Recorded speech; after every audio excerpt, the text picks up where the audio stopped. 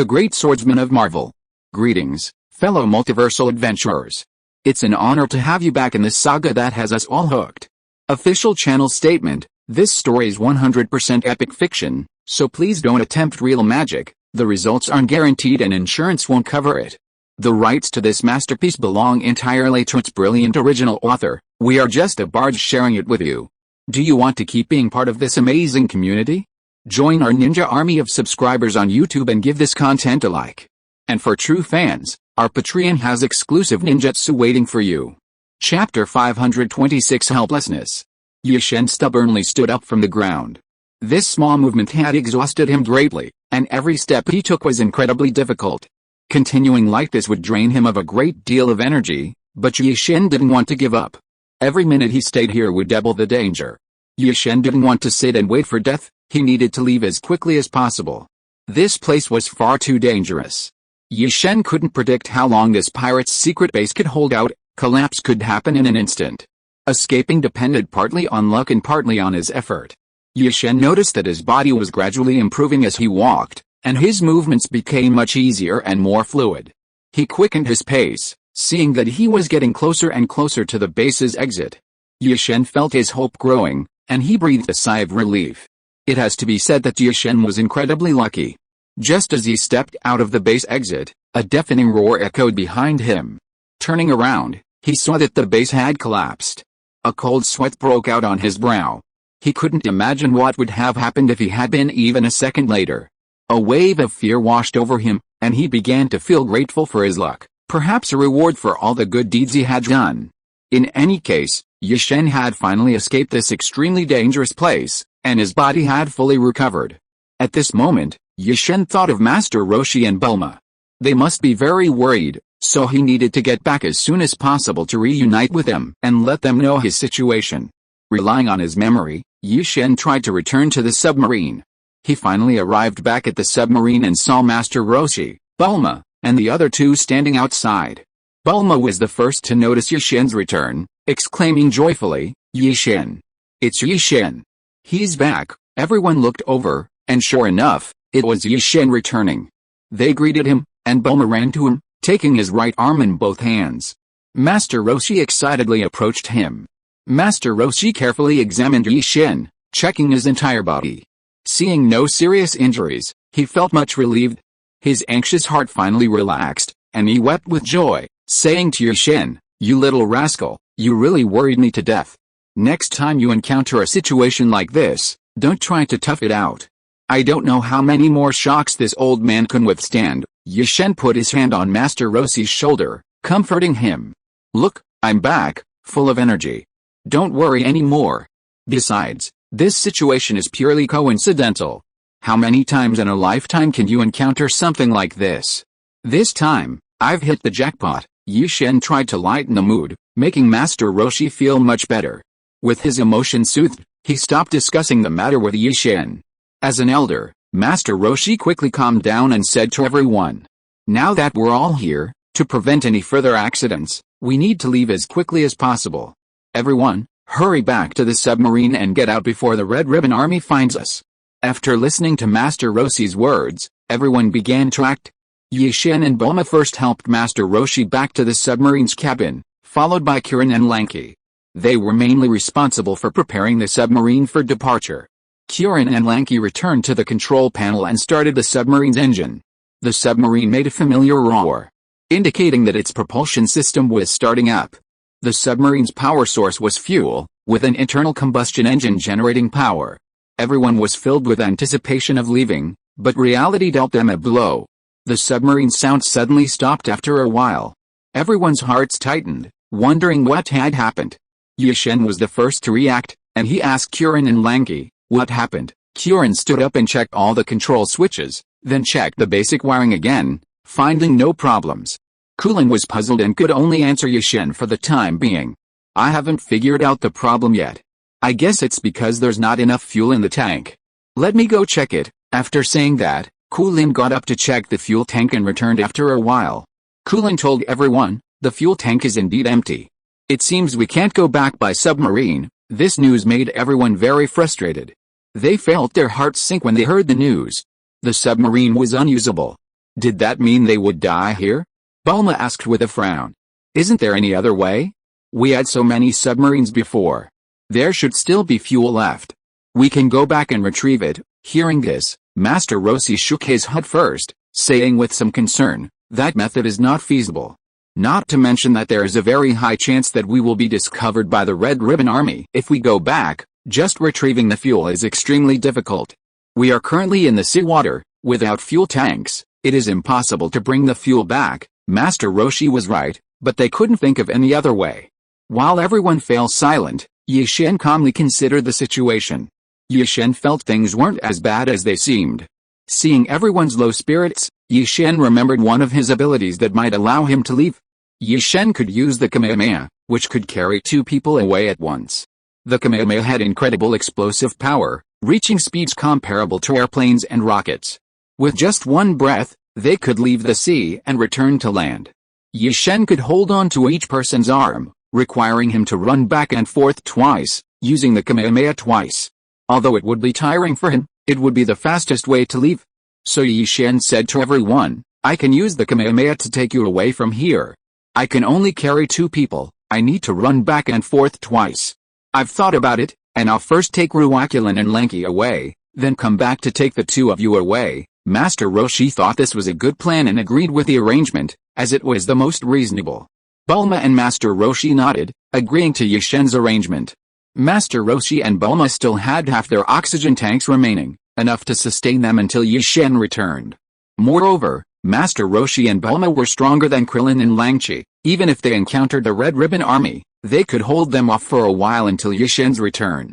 Yi Shen first used his Kamehameha to bring Krillin and Langchi back to the surface. Chapter 527 Night God. Just as Yi Shen successfully brought Krillin and Langchi back to land, he turned back into the sea once more.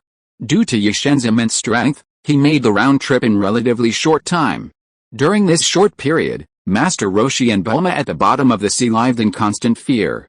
They had to be on guard against the Red Ribbon Army finding them, so they were extremely worried and couldn't afford to be careless.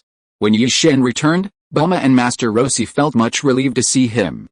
Fortunately, the Red Ribbon Army hadn't come looking for them, allowing them to leave the sea before they returned. Yi Shen didn't waste any time, he used his Kamehameha again, bringing Master Roshi and Bulma back to land. They were all finally back on land, completely safe. Moreover, Yi Shen's main purpose in going to the sea was to find the Dragon Balls, and now that he had found them, there was no reason for him to waste any more time there. This special experience was particularly thrilling for Yi Shen. However, Kunming and his companions felt a little regretful. They had encountered a pirate base underwater, a place with many safeguards, but Krillin and his group hadn't taken anything of value. This made Krillin particularly regretful. Just as Krillin was still lamenting his lack of action, Bulma appeared before Krillin and presented him with something very valuable. At that moment, Krillin was still regretting not having taken anything valuable. Bulma then produced a very large diamond, which greatly surprised Krillin. Krillin was very envious and asked curiously, how did you get such a big diamond? I remember you didn't take anything. How did you bring it out? Bulma smiled and said proudly, when you opened the box, I saw this diamond and thought it was particularly beautiful. So I put it in my bag and brought it out. Krillin felt a little helpless. Well, he had many things he wanted, and they were all quite large, so he had given up on the idea of bringing them out. Bulma wasn't greedy, she was simply drawn to the diamond's beauty. Yagami had completed his mission and was now ready to continue his journey to find the Dragon Balls. Therefore, he had to part ways with Master Roshi and the others once again. Master Roshi invited Yagami and Bulma to his home, preparing a delicious farewell meal for Yagami. Based on his experience, Yagami felt his journey to find the Dragon Balls was extremely dangerous, especially unsuitable for a girl like Bulma to accompany him. Therefore, he decided to send Bulma home and go alone. Master Roshi agreed with Yagami's assessment and also tried to persuade Bulma not to go with him. However, Bulma felt a little disappointed because she enjoyed the adventure, but considering Yagami's safety and the need to be careful, she didn't insist. Bulma finally relented, agreeing to go home. After finishing the dinner prepared by Master Roshi, Yagami and Bulma were ready to leave. Yagami and Bulma followed. Master Roshi bid farewell to the two of them. They embraced each other before leaving Master Roshi's house. Yi Shen, in particular, was unusually imposing. Considering that he had brought Bulma out, he decided to send her home first for her safety before continuing his search for the Dragon Balls. Bulma's home was in the distant West capital, a great distance from Master Roshi's island, but Yi-Shen possessed the incredibly fast flying Nimbus. Using his flying Nimbus, he transported Bulma back to West capital in just a few hours. Yi-Shen then immediately left West capital to save time and set off to find the Dragon Balls. Along the way, Yi-Shen used his dragon radar to continue locating the next Dragon Ball. However, halfway through his journey, Yi-Shen discovered that his dragon radar had malfunctioned again. The location information hadn't been updated and remained stuck, leading Yi-Shen to believe that his dragon radar was broken again.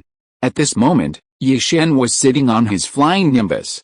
Below the somersault cloud lay a remote, impoverished mountain village, far from any other village or town. Having no other choice, he decided to visit this village first. He scouted the area and found a place to rest temporarily.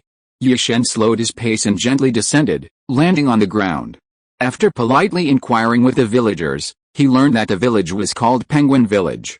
Exhausted, Yi-Shen wanted a good rest, as he had been traveling all day and had barely eaten. He wanted to find a place to sleep and recharge. Unfortunately, his Dragon Ball radar had malfunctioned, so there was nothing he could do. He could only continue his journey after the Dragon Ball radar was repaired. At the entrance of Penguin Village, Yi-Shen encountered a little boy picking flowers by the roadside. The little boy reacted quickly, immediately recognizing Yi-Shen as an outsider. At first, the little boy was a bit wary, but seeing Yi-Shen's attire and appearance, he felt that Yi-Shen was a good person, so he stepped forward and asked, "Big brother, where did you come from?" Yi-Shen thought the little boy was particularly cute and chubby, so he wanted to tease him a bit. Yi-Shen said mysteriously, "I came from heaven." This sentence completely piqued the little boy's curiosity. Children of this age are particularly interested in stories full of mythology, especially when Yi-Shen mentioned the word heaven. The little boy mistook Yi-Shen for a god. The little boy asked excitedly, brother, are you a god?" Yi-Shen deliberately kept him in suspense and said, "Maybe." So the innocent little boy really believed that Yi-Shen was a god and spoke to Yi-Shen very respectfully. Yi-Shen found the little boy particularly innocent and cute, so he was willing to play with him. Yi-Shen hadn't had such a relaxing time in a long time. Yi-Shen and the little boy had a lot of fun playing together. From the conversation between Yi-Shen and the child, Yi-Shen learned something. There was actually a professor in this unassuming little penguin village. The little boy told him this, and their initial conversation went something like this. Chapter 528 Underwater Base. The little boy persisted in asking Yi-Shen where he came from and why he was there. Yi-Shen finally had to tell the truth. He had encountered trouble and wanted to rest here. The little boy continued to press him, asking what trouble he had encountered. Yi-Shen took out his Dragon Ball radar, which the little boy treated like a toy. "Brother, is this the toy you gave me?" Yi-Shen was a little helpless and had to explain. "This isn't a toy, it's a tool of mine, but it's broken now, and I can't fix it." The little boy looked into his innocent eyes. "That's easy. There's a doctor uncle in the village who's very skilled. Every time Xiao's toy breaks, Xiao goes to the doctor uncle to fix it. No matter what the toy is, no matter what the problem is, he can fix it for Xiao." Yi-Shen was confused and asked, "Who is Xiao?" The little boy said pitifully, "I am Xiao. We've been talking for so long, brother, but I haven't told you my name yet." The little boy continued. "Brother must be very anxious now, so I'll take you to find the professor and have him fix your toy." Since he was indeed just a child, even Yagami said it wasn't a toy but a useful tool, but Xiao insisted it was. Yagami didn't know the professor's abilities, whether he could actually fix his Dragon Ball radar. But Yagami decided to give it a try. After all, there was no other way, so he might as well try anything. Xiao took Yi-Shen's hand and led him into the village. Xiao led Yi-Shen to the professor's house. Outside the house, Xiao was very familiar with it. They entered the professor's house. However, Yi-Shen was a little reserved, as it was his first time in someone else's home, so he felt a little uncomfortable. As soon as Xiao entered, he shouted loudly, "Uncle, uncle! Xiao is here again. This time I've brought you a new friend." After Xiao shouted, a rather plump middle-aged man came out from the inner room. The middle-aged man responded to Xiao's call, his voice gentle and kind. "Oh, it's Xiao. What new friend did you bring me? The professor looked up and saw Yi-Shin. He glanced at him and realized this was the new friend Xiaoyu had brought. The professor was always very polite to Xiaoyu, and when he saw that Yi-Shin was Xiaoyu's friend, he also greeted him very politely. Since you're Xiaoyu's friend, please sit down and rest. Xiaoyu was very enthusiastic and took the initiative to tell the professor about the trouble Yi-Shin had encountered. Uncle, this brother of mine has encountered a problem. I brought him to you, hoping you can help him solve his problem. The professor did not refuse, so he asked Yi-Shin, what kind of trouble have you encountered? Yi-Shin calmly replied, this thing of mine is broken and cannot be used. I need it to find things. After saying that, Yi-Shin handed the broken Dragon Ball radar to the professor. The professor took the Dragon Ball radar and examined it carefully. He frowned slightly, sensing it was no ordinary device. After looking at it, he tentatively asked, is this a radar? Yes, Yi-Shin nodded. The professor sighed and said helplessly, this thing is strange. Its general structure looks like a radar, but it's different from ordinary radars. I've never seen a radar like this before. I don't think I can fix it. Yi-Shin felt a little disappointed that he couldn't repair the Dragon Ball radar. He was already miserable enough about ending up in this remote, impoverished area. And the sudden news of a highly educated professor in the village had given him a glimmer of hope, which was now dashed. Yi-Shin still politely said to the professor, thank you, professor. The professor scratched his head a little sheepishly. Why thank me? I haven't helped at all, Yi-Shin reassured him. It's nothing. Just then, another person emerged from the professor's house. This person was slightly fatter than the professor, but looked very similar to him and was younger, like a younger version of the professor. Yi-Shin immediately recognized him as the professor's son. Upon seeing the unfamiliar Yi-Shin, the professor's son was a little suspicious and asked, Father, who is this? The professor replied, this is a friend of Xiaoyu's. He's in trouble and came specifically to ask for my help, but I can't solve it. This piqued the professor's son's curiosity, and he asked in surprise, what problem can't father solve? The professor handed the Dragon Ball radar to his son and said, take a look. I don't know how to fix it. See if you have any ideas. The professor's son was a hidden master. He possessed a superpower unknown to others, a superpower with healing abilities. I don't know how to fix it, he said. I can only see if I can fix it using my superpower. Yi-Shin was astonished to hear this, never expecting such a small, unremarkable village to have so many powerful figures. However, Yi-Shin still didn't show much emotion, his face remained very calm. The professor's son used his superpower, a magical ability that enveloped the Dragon Ball radar. Then, incredibly, the Dragon Ball radar was completely renewed, returning to its original state. Yi-Shin was overjoyed. The professor's son handed the Dragon Ball radar to Yi-Shin, who quickly expressed his gratitude. Thank you so much. Thank you so much, the professor's son said to Yi-Shin. See if you can use it. Yi-Shin quickly turned on the switch and, following the previous method, activated the Dragon Ball radar. The display lit up, and Yi-Shin, delighted, said, it works. It's fixed. Thank you everyone for your help. Yi-Shin sincerely thanked everyone present for their help. To express his gratitude, he offered them some of his valuables. Xiaoyu, the professor, and his son were all simple and honest people. They didn't care about payment and enjoyed helping others, so they refused Yi-Shin's gifts. They strongly urged Yi-Shin to stay as a guest, and Yi-Shin, unable to refuse, agreed, deciding to stay in the village for 2 days. Yi-Shin rarely had a chance to relax, and Xiaoyu took him to explore various interesting places in the village. After Yi-Shin, Master Roshi, and Bulma left the underwater base, General Blue lost his way underwater, circling around for a long time before finally finding the submarine's location. Because of this, he lost more than half of his men, suffering heavy losses. General Blue harbored resentment and blamed all his misfortunes on Yi-Shin. Chapter 529 Underground Warehouse. However, Yi-Shin was unaware of all this. General Blue had finally escaped the sea and returned to land. His first thought upon returning was to get back to the Red Ribbon Army headquarters. But General Blue had no means of transportation, not even a car. They had to travel on foot the entire way. General Blue couldn't bear such harsh conditions. Accustomed to a life of luxury, he couldn't endure such hardship. He complained constantly and treated his men particularly badly, frequently taking his anger out on them. General Blue's men, terrified of him, sought to minimize their suffering by gathering information and even plotting robbery. He turned a blind eye to these actions, never reprimanding his men for it. It was their old trick. General Blue's men returned with news. There was a small village ahead. Initially, General Blue was dismissive. What was so great about a small village? But his soldiers told him that there was a particularly brilliant doctor in the village, rumored to have many high-tech inventions. This was indeed good news, immediately energizing General Blue. He was determined to find the doctor and have him build an airplane.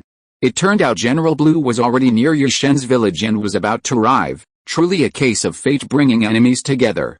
However, Yi-Shen was unaware of all this. He was currently touring the doctor's underground warehouse, where many incredibly cool sports cars and small airplanes were stored, along with motorcycles and other strange inventions, all the doctor's creations. Actually, these were the brainchild of the doctor's son, who had many advanced ideas. To fulfill his son's wishes, the doctor decided to use his expertise to create these things.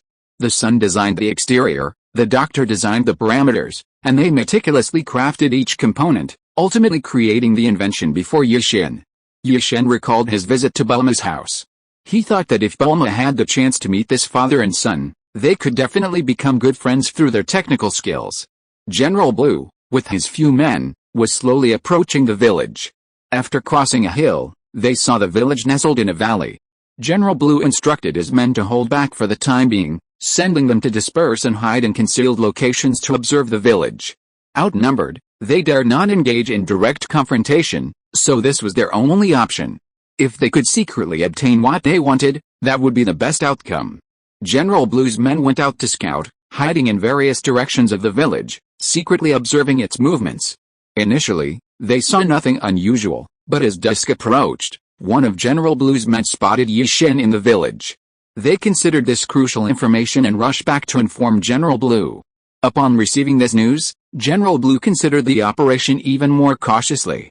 He believed it best not to alert Yi-Shen, as Yi-Shen's strength was immense. He alone could defeat them all. General Blue devised a plan. He had all his men hide in a small grove behind the village. This area was rarely visited, so their presence would go unnoticed. Night fell, and it was time for dinner. Because of Yi-Shen's arrival, the doctor's family decided to go out for a barbecue that evening. To welcome Yi-Shen, they decided to go to an open space for a barbecue, believing it would create a better atmosphere. So everyone brought the necessary tools and left the house in an open area. Yi-Shen didn't realize that their actions provided General Blue and his men with an excellent opportunity to commit their crime. General Blue was almost asleep waiting. In his drowsy state, he saw Yi-Shen and the doctor's family leave the house. General Blue suddenly perked up. He was full of energy. Such a rare opportunity was precious, and General Blue decided to seize it and sneak into the doctor's house. General Blue had been secretly observing until he saw Yi-Shen and his family were far from home.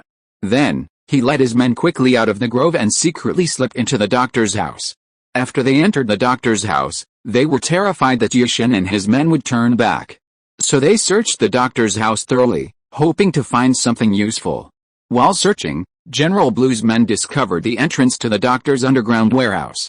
Based on his experience and intuition, General Blue believed that what they were looking for was inside.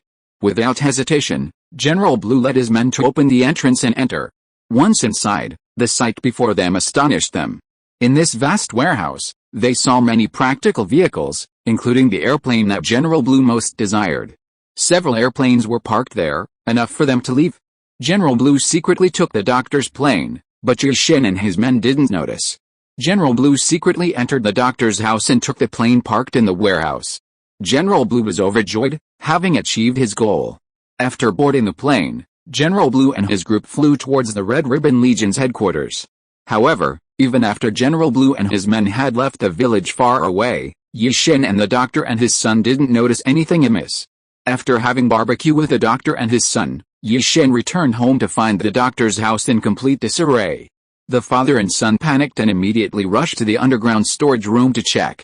The doctor's worst nightmare unfolded before him. The storage room was a mess, and according to his observation, a plane was missing. It had likely been stolen. The doctor was furious. Someone had stolen his favorite plane, and he didn't even know who the thief was. His son was enraged. He wanted to find the thief and settle the score, but there were no clues, and they couldn't find anyone. Chapter 530 Earthly Glow. Based on Yi-Shen's intuition and his long-standing experience dealing with the Red Ribbon Army, he knew this was something only the Red Ribbon Army could do, but he couldn't figure out which faction within the Red Ribbon Army it was. The doctor's family was in a bad mood after what had happened, and naturally, they couldn't continue to warmly entertain Yi-Shen. Yi-Shen, being very understanding and considerate, didn't stand aside just because he was a guest, but actively joined the doctor and his son in tidying up and cleaning their messy house. After some tidying, the doctor and his son's house was back to normal, and they left Yi-Shen a room to sleep in that night. It was late, and Yi-Shen needed to rest after this unexpected incident. He decided to leave as soon as possible. Perhaps staying any longer wouldn't be good for the whole village. Yi-Shen blamed himself for everything. He felt those people were after him. Yi-Shen felt a vague sense of guilt towards Dr. Bosch and his son. They had helped him so much, yet he had brought them trouble instead. Yi-Shen felt terrible about this and didn't fall asleep until late that night. He woke up early the next morning to find it was still dark. Yi-Shen got up early, wanting to leave as soon as possible so that Dr. Bosch and his son wouldn't find out he was leaving. Yi-Shen found paper and pen and wrote a few words, telling Dr. Bosch and his son that he had left and expressing his gratitude. After leaving Penguin Village, Yi-Shen took out his Dragon Ball radar. Looking at the brand new Dragon Ball radar, he turned it on. Everything on the display was normal. Yi-Shen carefully searched and found the location of another Dragon Ball on the radar. Yi-Shen was overjoyed, so he packed his things and set off to find this new Dragon Ball. At the Red Ribbon Army headquarters, General White was filled with worry. Lately, ever since their encounter with Yi-Shen, everything seemed to be going wrong for the Red Ribbon Army. Not only had Yi-Shen wreaked havoc at headquarters, but he had also found one Dragon Ball after another. General White was extremely dissatisfied with this situation. General Blue, as his subordinate, had consistently suffered crushing defeats in his battles against Yi-Shen, leading General White to seriously doubt his subordinate's abilities. Previously, General White had considered General Blue his right-hand man and most capable lieutenant. Now, it seemed General Blue had truly disgraced him. Just as General White was at his wits' end over these matters, General Blue flew back to the Red Ribbon Army headquarters. Upon returning, General Blue's first act was to report to his superiors. After disembarking, he rushed to General White's office. General Blue knew he had messed things up this time, and he feared General White would be furious. The reason General Blue rushed to General White's office was solely to apologize. General Blue arrived at General White's office with a heavy heart. He was filled with anxiety, fearing that General White would severely punish him for this. General Blue nervously knocked on the office door, and someone opened it for him. Once inside, General Blue stood before General White, who looked deeply troubled. General White didn't even greet him. It was only General Blue himself who, quite shamelessly, greeted him. Seeing that General White didn't answer, General Blue proceeded to tell him about what had happened at the underwater base. General White explained, while underwater, General White summoned General Blue to intercept the Night God, but I messed it up. He let the Night God escape. General Blue nervously reported to General White, reporting, General, I haven't done the task you entrusted to me properly. I haven't. After killing Yi-Shen in the underwater tunnel, Yi-Shen escaped and is still alive. General White was already burdened with many worries.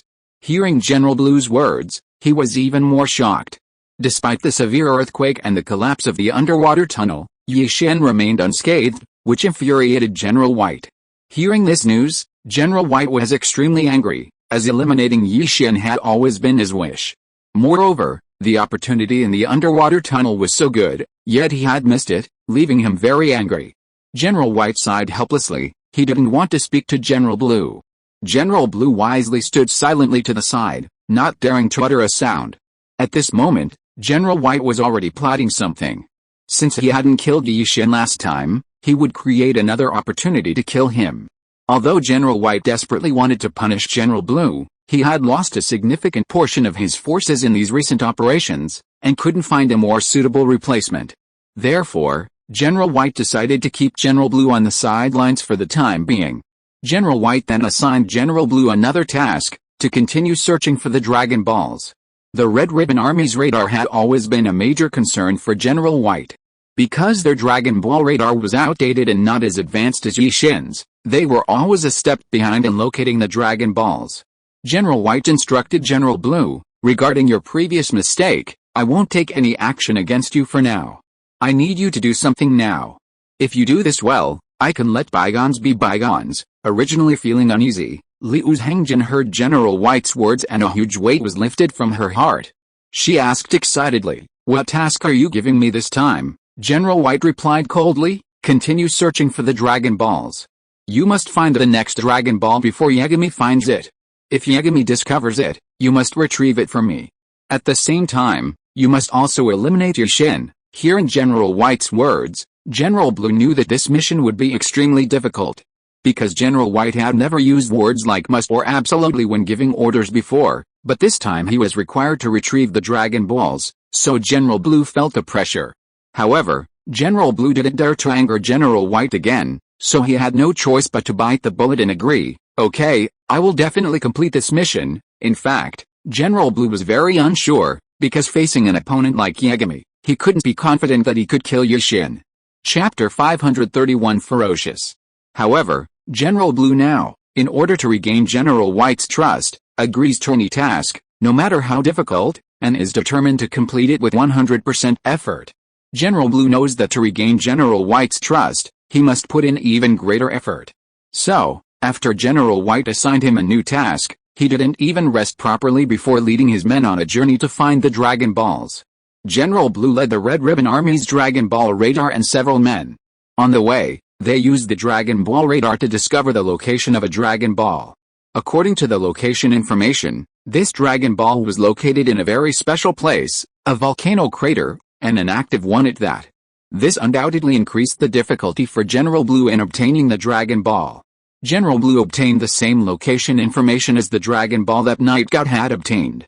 They had both discovered the same Dragon Ball. Therefore, another fierce battle would ensue between their two forces. The Red Ribbon Army was numerous and powerful, possessing not only advanced weaponry but also sophisticated transportation. After learning the location of the Dragon Balls, General Blue decided to lead his men by helicopter to the crater. After all, such a dangerous location couldn't be reached on foot, they had to retrieve the Dragon Balls from the air. This time, General Blue was extremely cautious, proceeding with utmost care and efficiency, outpacing Night God on this operation. Just as General Blue's group was nearing the crater, Night God remained en route, unaware of everything. Night God continued his journey. The weather seemed uncooperative. Yushin looked up at the bright sun, his skin aching from the sheer determination, yet he persisted. General White, once again awaiting General Blue's arrival, found himself with little success, just as before. Tao Pai Pai's appearance was inevitable. Everyone exchanged glances in General White's office. General White had also noticed Tao Pai Pai's presence. Blue knew him well, a top-tier assassin. Perhaps due to his own unsuccessful start and poor execution, General White had decided to employ Tao Pai Pai alongside him. General White sat there, observing the two. "I never fail at anything I set out to do. If I want to do something, I must achieve the standard I set." This was General White's consistent style, known even to General Blue, who frequently accompanied him. Seeing that Tao Pai Pai and General Blue remained silent, General White explained his plans and thoughts. "Blue, your failed operation is indeed disappointing, but that doesn't mean I've given up on you." General White first affirmed that he still had some faith in this man. On the other hand, he looked towards Tao Pai Pai. "I spent a lot of money to hire the assassin Tao Pai Pai here to solve the problem. Right now, there's a particularly troublesome situation. Which of you two will be responsible for killing Yushin?" General White seemed to have thrown the question away, while Tao Pai Pai looked completely unconcerned and relaxed. General Blue was starting to get nervous at this point. It turned out that General White wasn't just having the two of them work together, but was choosing one of them. General White, who had been sitting in the main seat, stepped down from his seat. "Survival of the fittest, a two-way selection is the situation I want. Of course. I hope your competition will be limited and won't cause too much harm to the other." Since things had come to this point, a competition between General Blue and Tao Pai Pai seemed unavoidable. Then, under General White's guidance, they arrived at the competition venue.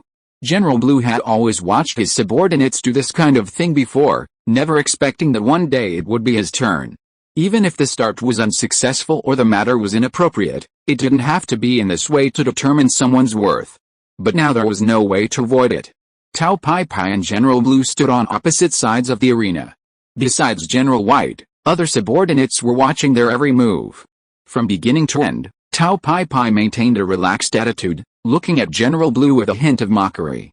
This made General Blue extremely uncomfortable. He had served in this camp for so long, how could he be so easily replaced by an assassin? Come on, General Blue said, launching his attack, while Tao Pai Pai stood motionless. This made General Blue suspicious. What kind of opponent remained motionless during a real duel? Something unexpected seemed to be about to happen. General Blue couldn't think any further. He had to defeat the person before him to become the final victor and thus have the right to stay. He approached Tao Pai Pai, only to find the other revealing a ferocious smile and opening his mouth. Before General Blue could react, he discovered that Tao Pai Pai possessed an extremely long tongue, which immediately wrapped around him. No matter what he tried, he couldn't break free, and the instantly dead General Blue was thrown to the ground. Tao Pai Pai defeated his opponent so easily, without wasting any time. General White, seeing this, couldn't help but clap his hands a few times. These claps were indeed a reward and recognition for Tao Pai Pai. No wonder you're called the world's #1 assassin, you truly live up to your reputation. I'm relieved now, General White said, taking out 4 super portraits. These were high-tech creations of what he called Yi Shen's likeness. Your goal is this: kill him and bring him back to report. I'll give you your full commission, and if you perform exceptionally well, I'll reward you even more. General White looked at Tao Bei before him, confident that Tao Bei could accomplish what he envisioned. The price was well spent. Tao Bei confidently looked at Yi Shen on the screen. Now that his exact location is confirmed, I dare say I can kill him within 30 minutes and return on time. Tao Bei remained confident, turned around, and ran towards the previously located spot. Chapter 532 Peach White. General White believed that Tao Pai Pai could make this choice, and after a few days, his heart finally calmed down a bit. He then called to his men, "Go and bring me that bottle of wine that you've been saving." General White really wanted to celebrate because he had seen the dawn of victory. Yi Shen needed to go to the Kelly Tower to fulfill his promise. It is said that there are gods on the Kelly Tower. When you gain the favor of a god, he will give you divine guidance and even help you fulfill a wish. This is a secret about the Kelly Tower that a legendary person told Yi Shen. Yi Shen needs such a place. The Kelly Tower is very close to us, and I really want to go and see it. Yi Shen said this, which was actually expected by everyone, but those around him still felt that doing so was somewhat risky.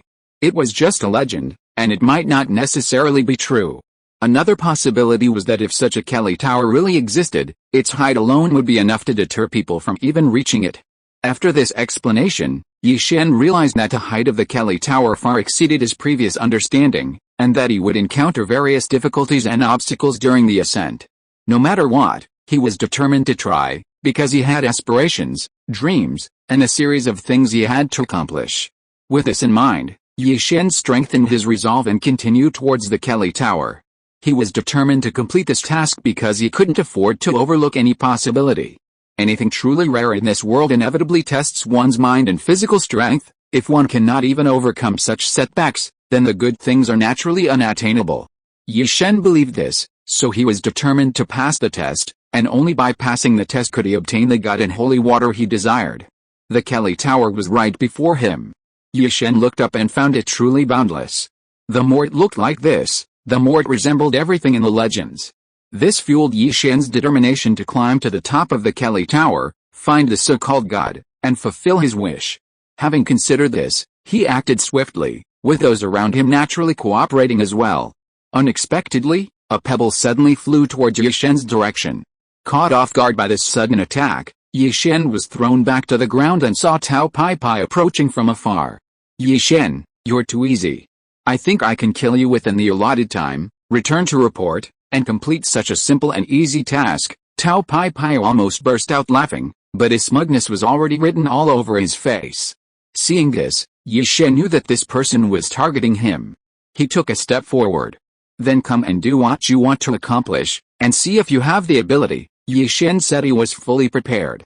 But Tao Pai Pai didn't play by the rules, because he noticed there were other people around Yi Shen. Given this situation, he figured he could easily eliminate them all along. It was a piece of cake for Tao Pai Pai. Yi Shen noticed that Tao Pai Pai had expanded his attack range, potentially harming Bappa and the others. "What are you doing?" Your goal was for me not to involve others. That's not right. These others are also affected because of you. I'll not only make you suffer physically, but also mentally, Tao Pai Bai said casually, unleashing another sweeping attack with his ultimate weapon. Yi Shen could easily dodge. But he had no time to worry about those behind him. Buppa's father shielded him with his body, and the powerful impact slammed him against the base of the Kelly Tower, dead. Buppa was utterly shocked by what he saw and frantically tried to rush over. Yi Shen also noticed the situation, his brow furrowed and all his muscles tensed. You bastard.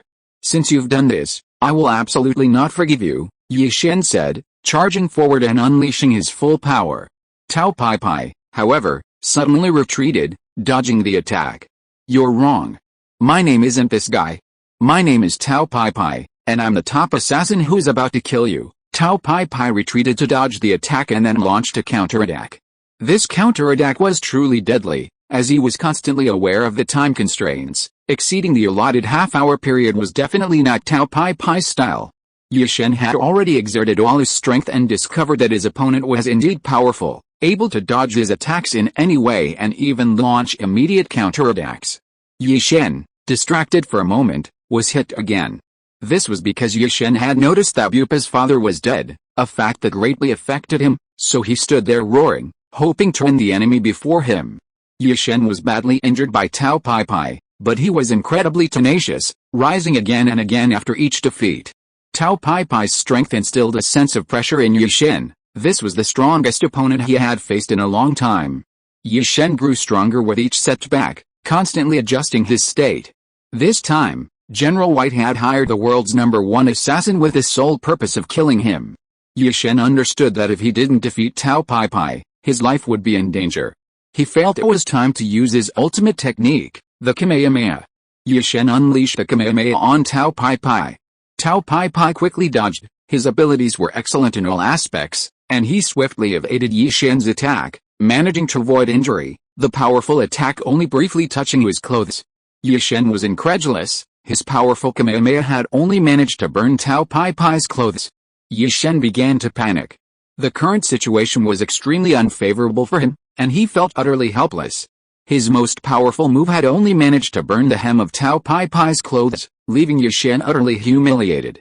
Tao Pai Pai mocked Yi Shen smugly, "Is that all you're capable of? You've really disappointed me. My employer paid so much money to have me kill you. I thought you were some kind of formidable character, but it seems you're nothing special." Tao Pai Pai's words were particularly harsh, and Yi Shen desperately suppressed his anger. He couldn't let anger cloud his judgment. He tried his best not to think about those things. If you are listening to this novel on a channel other than Fanfic World, it means it was downloaded and re-uploaded without effort. We warmly invite you to visit our channel, Fanfic World. There you will find the original version of this story and many other novels of various genres. We look forward to seeing you dive into a world of incredible novels. Chapter 533 Super Holy Water. Yi Shen was at a loss, his entire focus concentrated on defeating Tao Pai Pai. He completely overlooked the fact that Tao Pai Pai had already taken further action. Tao Pai Pai was furious that Yi Shen had burned his clothes. He angrily stared at his charred clothes and ripped them off, revealing his perfect physique. Tao Pai Pai unleashed his ultimate attack, the killing shockwave, determined to kill Yi Shen outright. Tao Pai Pai's attack was incredibly powerful. The shockwave formed a massive energy ball, which he launched rapidly towards Yi Shen. Still distracted, Yi Shen didn't notice the incoming shockwave. Tao Pai Pai's shockwave struck Yi Shen in the chest, knocking him to the ground. Completely defenseless, Yi Shen collapsed unconscious. In the last second before Yi Shen fainted, he realized something was wrong, but he didn't know what happened next. Tao Pai Pai, seeing Yi Shen fall and not get up, assumed he was dead and walked up to him without hesitation. He felt he had killed Yi Shen, and now all he needed to do was take the Dragon Balls from him. General White's task for Tao Pai Pai wasn't just to kill Yi Shen, but also to steal the Dragon Balls he found. Tao Pai Pai crouched down, not checking Yi Shen's breathing, because he was too confident in his own strength, and even more so in the power of his ultimate attack. Tao Pai Pai searched Yi Shen's body, finding several round beads in a small pouch on his left side. Although Tao Pai Pai had never seen what Dragon Balls looked like, he guessed that these perfectly round beads must be the Dragon Balls General White had instructed him to find. After obtaining the dragon pillar from Yi-Shen, Tao Bei left without checking on Yi-Shen's condition. He assumed Yi-Shen was dead and decided to leave temporarily. After Tao Bei left, Yi-Shen lay there for a long time before finally waking up. Upon waking, Yi-Shen found himself in excruciating pain, having suffered severe internal injuries from Tao Bei's powerful attack. Yi-Shen struggled to his feet, slowly using nearby support to walk. He bent over, his wounds aching with every movement. The pain spread throughout his body. Moreover, Yi-Shen, still groggy from the shock, couldn't recall what had happened before he fainted. He sat down to sort out his thoughts. Yi-Shen rested against the wall for a while, and gradually, he began to remember his fight with Tao Bei before he collapsed. Yi-Shen finally remembered. He had been knocked unconscious by Tao Bei's ultimate attack, but he couldn't remember anything after that. It was very strange. Tao Bei had clearly received General White's order to kill him, yet he was sitting there perfectly fine. This puzzled Yi-Shen greatly. Yi-Shen felt things couldn't be that simple, so he searched his entire body and discovered that his Dragon Balls were missing. It was obvious that Tao Bei had taken them. Tao Bei had taken Yi-Shen's Dragon Balls. Yi-Shen was very anxious, but given his current situation, he couldn't go to Tao Bei to retrieve them. Yi-Shen subconsciously touched his right pocket and found a Dragon Ball inside. Yi-Shen felt a little relieved. Thankfully, Tao Bei hadn't taken all his Dragon Balls, otherwise they wouldn't be able to summon Shenron. This was a stroke of luck amidst misfortune. Although he suddenly felt his luck was pretty good after being beaten by Tao Bei, he didn't expect that Tao Bei hadn't found all the Dragon Balls on him. Even if Tao Bei took those Dragon Balls back, General White couldn't use the 7 Dragon Balls to summon Shenron for the time being. As long as General White couldn't use the 7 Dragon Balls, Yi-Shen still had time. Once his body fully recovered, he could retrieve all the Dragon Balls. Yi-Shen felt that he must have been incredibly lucky to have survived such a terrible ordeal. This experience greatly damaged Yi-Shen's confidence. He used to think that as the champion of the World Martial Arts Tournament, he must be the strongest in the world, but Tao Bei's appearance completely shattered his confidence. Yi-Shen believed that his survival this time was just due to good luck. If he encountered a similar situation again in the future, he would have to rely on his own strength to survive. Therefore, in order to become stronger, Yi-Shen decided to try harder. To become stronger, Yi-Shen decided to find the legendary Kelly Tower. He had heard that a deity resided at the top of the tower, and that it contained a super holy water capable of enhancing one's strength. Yi-Shen heard that the Kelly Tower was nearby. Even with his severe injuries, he resolved to crawl there, if necessary. Despite his injuries, Yi-Shen exerted tremendous effort and finally reached the vicinity of the Kelly Tower. When he saw the towering Kelly Tower, he felt a surge of hope, his desire to become stronger fueled by the humiliation he had suffered at the hands of a powerful opponent. Yi-Shen entered the Kelly Tower, climbing level by level, until he finally reached the top. He arrived at the top of the tower full of confidence, hoping to find what he longed to see. Perhaps because his expectations were too high, what he saw was merely an ordinary structure, devoid of anything extraordinary, and rather dilapidated. This slowly began to fuel Yi-Shen's doubts. Yi-Shen searched the top floor of the Kelly Tower, but found neither the immortals nor anything like the super holy water. This disappointment made Yi-Shen feel extremely distressed. He had gone to great lengths to get here, only to find nothing. This instantly shattered his confidence in becoming stronger. Yi-Shen was heartbroken. He walked to a corner of the top floor of the Kelly Tower, his wounds were throbbing with pain. He leaned against the wall and slowly made his way down. He hugged himself tightly. This was the loneliest, most helpless, and most heartbroken he had ever felt. Chapter 534 Guardian. Yi-Shen was almost ready to give up. The disappointment in his eyes grew heavier. Just then, he heard a strange sound. It was a cat's meow. Yi-Shen turned around. In the darkness, he saw a pair of glowing eyes. Yi-Shen saw a pair of green eyes on the ground. He didn't know what it was. At first, Yi-Shen was very wary, reacting quickly, thinking it was some kind of monster. Now, Yi-Shen had a sense of paranoia, perhaps because he was injured and his confidence was greatly diminished, so he was easily frightened by any danger. The pair of green eyes on the ground slowly approached. By the faint light, Yi-Shen finally saw that it was a cat. Yi-Shen instantly lowered his guard, but he slowly became puzzled. How could there be a cat in such a desolate and remote place? The cat walked with a high gait, its tail swaying leisurely behind it. It slowly walked towards Yi-Shin. The cat's eyes were fixed intently on him, a questioning signal. This cat seemed very wary of Yi-Shin. Yi-Shin guessed that this cat was probably the only creature in the tower, and when it saw him, it must have mistaken him for an intruder, hence its hostility. Yi-Shin beckoned to the cat and said, "Come here, I'm not a bad person, I won't hurt you." The cat miraculously walked towards Yi-Shin, as if it could understand him. Yi-Shin suddenly felt a little happy. He thought this cat was particularly interesting, as it could actually understand him. After what had happened, Yi-Shin rarely smiled. He picked up the cat and gently stroked its fur. Perhaps animals can sometimes truly heal the soul. Yi-Shin felt that this cat had invisibly healed his wounded heart. Yi-Shin gently stroked the cat in his arms, and then he said to himself, "I came here with great hope, but I didn't find what I wanted. Fortunately, I met you. This is a kind of blessing." The cat in Yi-Shin's arms raised its head, looking directly at him. The next moment stunned Yi-Shin. He hadn't expected the cat to speak. "What do you want?" Yi-Shin was startled, immediately throwing the cat off him and quickly standing up, dodging to the other side. The cat easily jumped to the ground and said, a little angrily, "How could you do this to me? How could you abandon me? I'm a god. How could you treat me like this?" Yi-Shin looked at the rather ordinary-looking cat, who actually claimed to be a god. Yi-Shin didn't believe it at all and said skeptically, "Although you can speak, that doesn't mean you're the god I'm looking for." The cat, hearing Yi-Shin's disbelief, tried to argue and convince Yi-Shin that it was the supreme god. While Yi-Shin was arguing with the cat, on the other side, Tao Pai Pai arrived at a nearby town.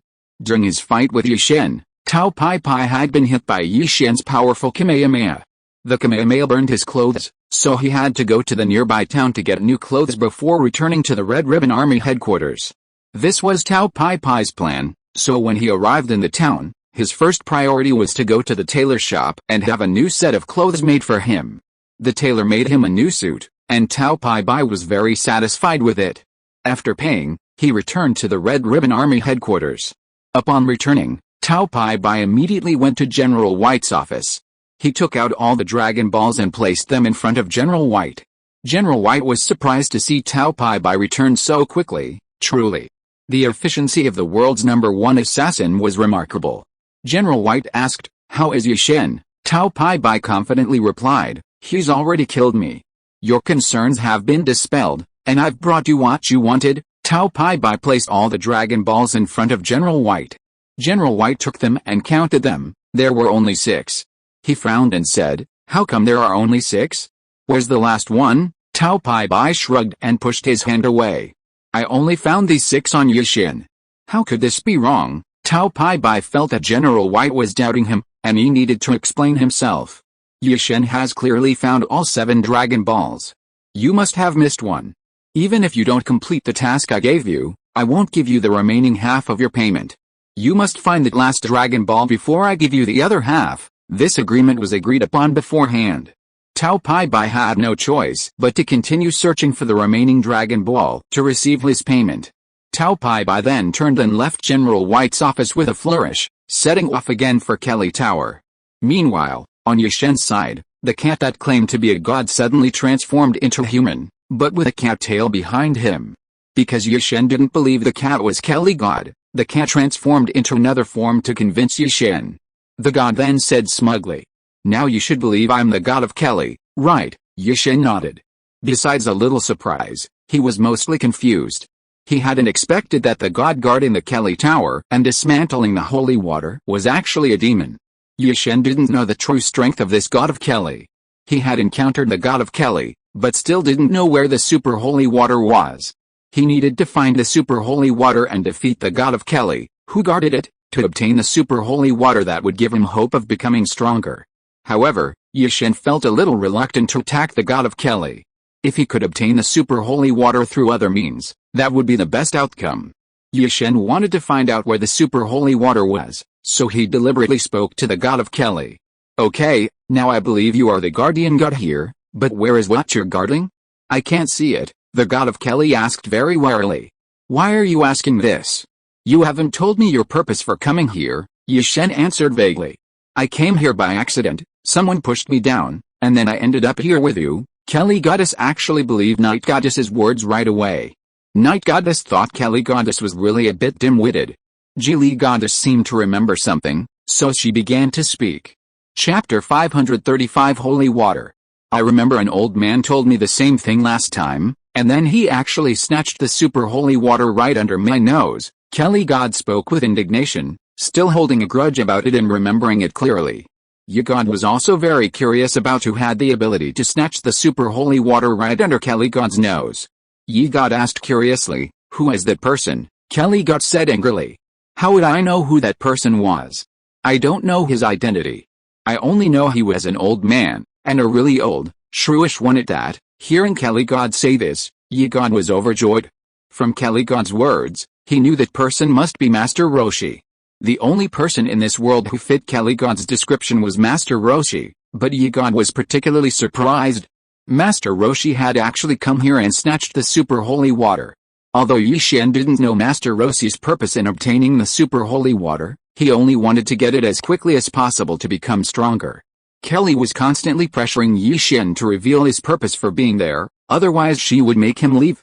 Previously, Yi-Shen could easily come up with many believable excuses, but this time, he couldn't concoct a good one. He bluntly stated, "Let me put it this way, I only have one purpose for coming here, and that is to obtain the super holy water." Upon hearing this, Kelly immediately changed her attitude and said to Yi-Shen, "Before, I thought you were a good person, but since you're here for this, I can only tell you that you better leave responsibly.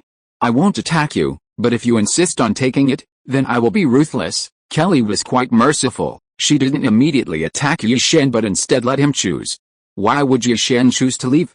He was determined to obtain the super holy water, even at the cost of his life, because only with it could he become stronger. Even if Yi-Shen left without obtaining the super holy water, he would still face certain death if General Weitzman found out he was still alive. Therefore, Yi-Shen had no choice but to obtain the super holy water. Yi-Shen fearlessly told Kelly, "I will obtain the super holy water no matter what." Kelly suddenly changed her attitude, speaking fiercely. "Since you've made this choice, don't blame me for being impolite." Both sides reached a consensus, either you die, or I die. So Yi-Shen prepared to go all out. Kelly, on the other hand, was equally unwilling to be outdone. She had longed for a satisfying fight. Kelly rubbed her hands together, eager to try and await Yi-Shen's attack. Yi-Shen initiated the attack, but Kelly's speed was incredibly fast, and Yi-Shen always narrowly missed hitting her. Undeterred, Yi-Shen continued his attacks. He relentlessly attacked Kelly until he exhausted all his strength, but still failed to land a hit. Yi-Shen hadn't managed to obtain the super holy water. Kelly was conflicted. Protecting the super holy water was her duty, but seeing Yi-Shen so tenaciously striving for it to become stronger, she felt a pang of guilt. Kelly hadn't delivered a fatal blow, seemingly holding back, and proactively revealed her weaknesses to Yi-Shen. Yi-Shen hadn't obtained the super holy water from Kelly in the shortest time he could, missing his best opportunity. Just as Yi-Shen was feeling frustrated, Kelly revealed her weaknesses. Kelly revealed another secret about Kelly Tower to Night God. A terrifying monster was imprisoned beneath it. This monster was incredibly powerful, comparable to Kelly herself, so if it were released, Kelly wouldn't be able to protect the holy water. When Night God learned of this, he was stunned. He hadn't expected such a secret to exist beneath Kelly Tower. Kelly had exposed her weakness, and Night God seized this opportunity, a chance he couldn't afford to miss. Night God planned to release the monster from beneath Kelly Tower, thus gaining an ally and increasing his chances of obtaining the holy water. The monster Kelly mentioned was named Buppa, and he had been imprisoned beneath Kelly Tower for many years. He longed for freedom, yearning for the sunlight and fresh air outside, and he heard the voices from above. Hearing the voices above, Buppa, based on his experience, judged that the intruder was quite strong, even powerful. He felt he might be able to escape through this intruder. Buppa silently prayed, hoping Yi-Shen would win and become stronger, ideally leading him away. While Yi-Shen and Kelly God remained locked in a tense standoff, Tao Pai Pai quickly returned to Kelly Tower. On his way back, he passed the spot where he had fought Yi-Shen last time. He didn't see Yi-Shen's body. Tao Pai Pai was puzzled. He remembered Yi-Shen lying there when he left. Just as Tao Pai Pai had predicted, Yi-Shen's body should be infested with the worms by now, but it was gone. Either someone had rescued him, or Yi-Shen hadn't died and had woken up and left. Tao Pai Pai inwardly regretted his carelessness. He must have been negligent. After Yi-Shen collapsed, he hadn't checked on him. It was very possible Yi-Shen had been killed in an explosion. Tao Pai Pai blamed himself for being so careless. Tao Pai Pai began to suspect that Yi-Shen was not dead. He couldn't let this mistake continue into the future. He had to find Yi-Shen and kill him. Therefore, Tao Pai Pai had no choice but to return to the Kari Holy Land. Using convenient communication methods, Tao Pai Pai informed General White of this news. Tao Pai Pai was prepared to be berated by General White, but instead of being angry, General White seemed somewhat pleased. Tao Pai Pai couldn't understand why. Only General White knew that his slight pleasure stemmed entirely from the Dragon Ball on Yi-Shen's body. As long as Yi-Shen was alive, he was certain he could find that Dragon Ball. What General White desired most now was the 7th Dragon Ball. It was more important than anything else. Chapter 536 Monster. General White was so overjoyed that he forgot to scold Tao Pai Pai for his carelessness and immediately ordered him to find the remaining Dragon Ball and return immediately without wasting time. After receiving the order, Tao Pai Pai went straight to Kelly Tower. He was determined not to be careless this time, full of confidence, but no one knew what changes might occur. Meanwhile, Yi-Shen and Kelly had been locked in a stalemate for 3 days. These 3 days had been particularly agonizing for Yi-Shen, as he had to mentally bolster himself against such a powerful opponent. After 3 days of fighting Kelly, Yi-Shen was exhausted and wanted to end the battle as soon as possible. Meanwhile, Buppa, imprisoned beneath Kelly Tower, had also waited anxiously for 3 days without the outcome he desired. All of this changed after Tao Pai Pai arrived at Kelly Tower. Yi-Shen, having been locked in a stalemate with Kelly for 3 days, didn't want it to continue. Therefore, he temporarily left Kelly Tower to find something helpful to aid him in the fight. The battle was won. Yi-Shen decisively left Kelida, and shortly after, Tao Pai Pai arrived. He entered Kelida without attracting Kelida's attention, successfully sneaking into its lower levels. The area beneath Kelida, where the monsters were imprisoned, was usually very well hidden, but Tao Pai Pai, by a twist of fate, ended up there. The first thing he saw upon entering was Buppa, who was imprisoned there. Tao Pai Pai didn't recognize Buppa and didn't know his identity.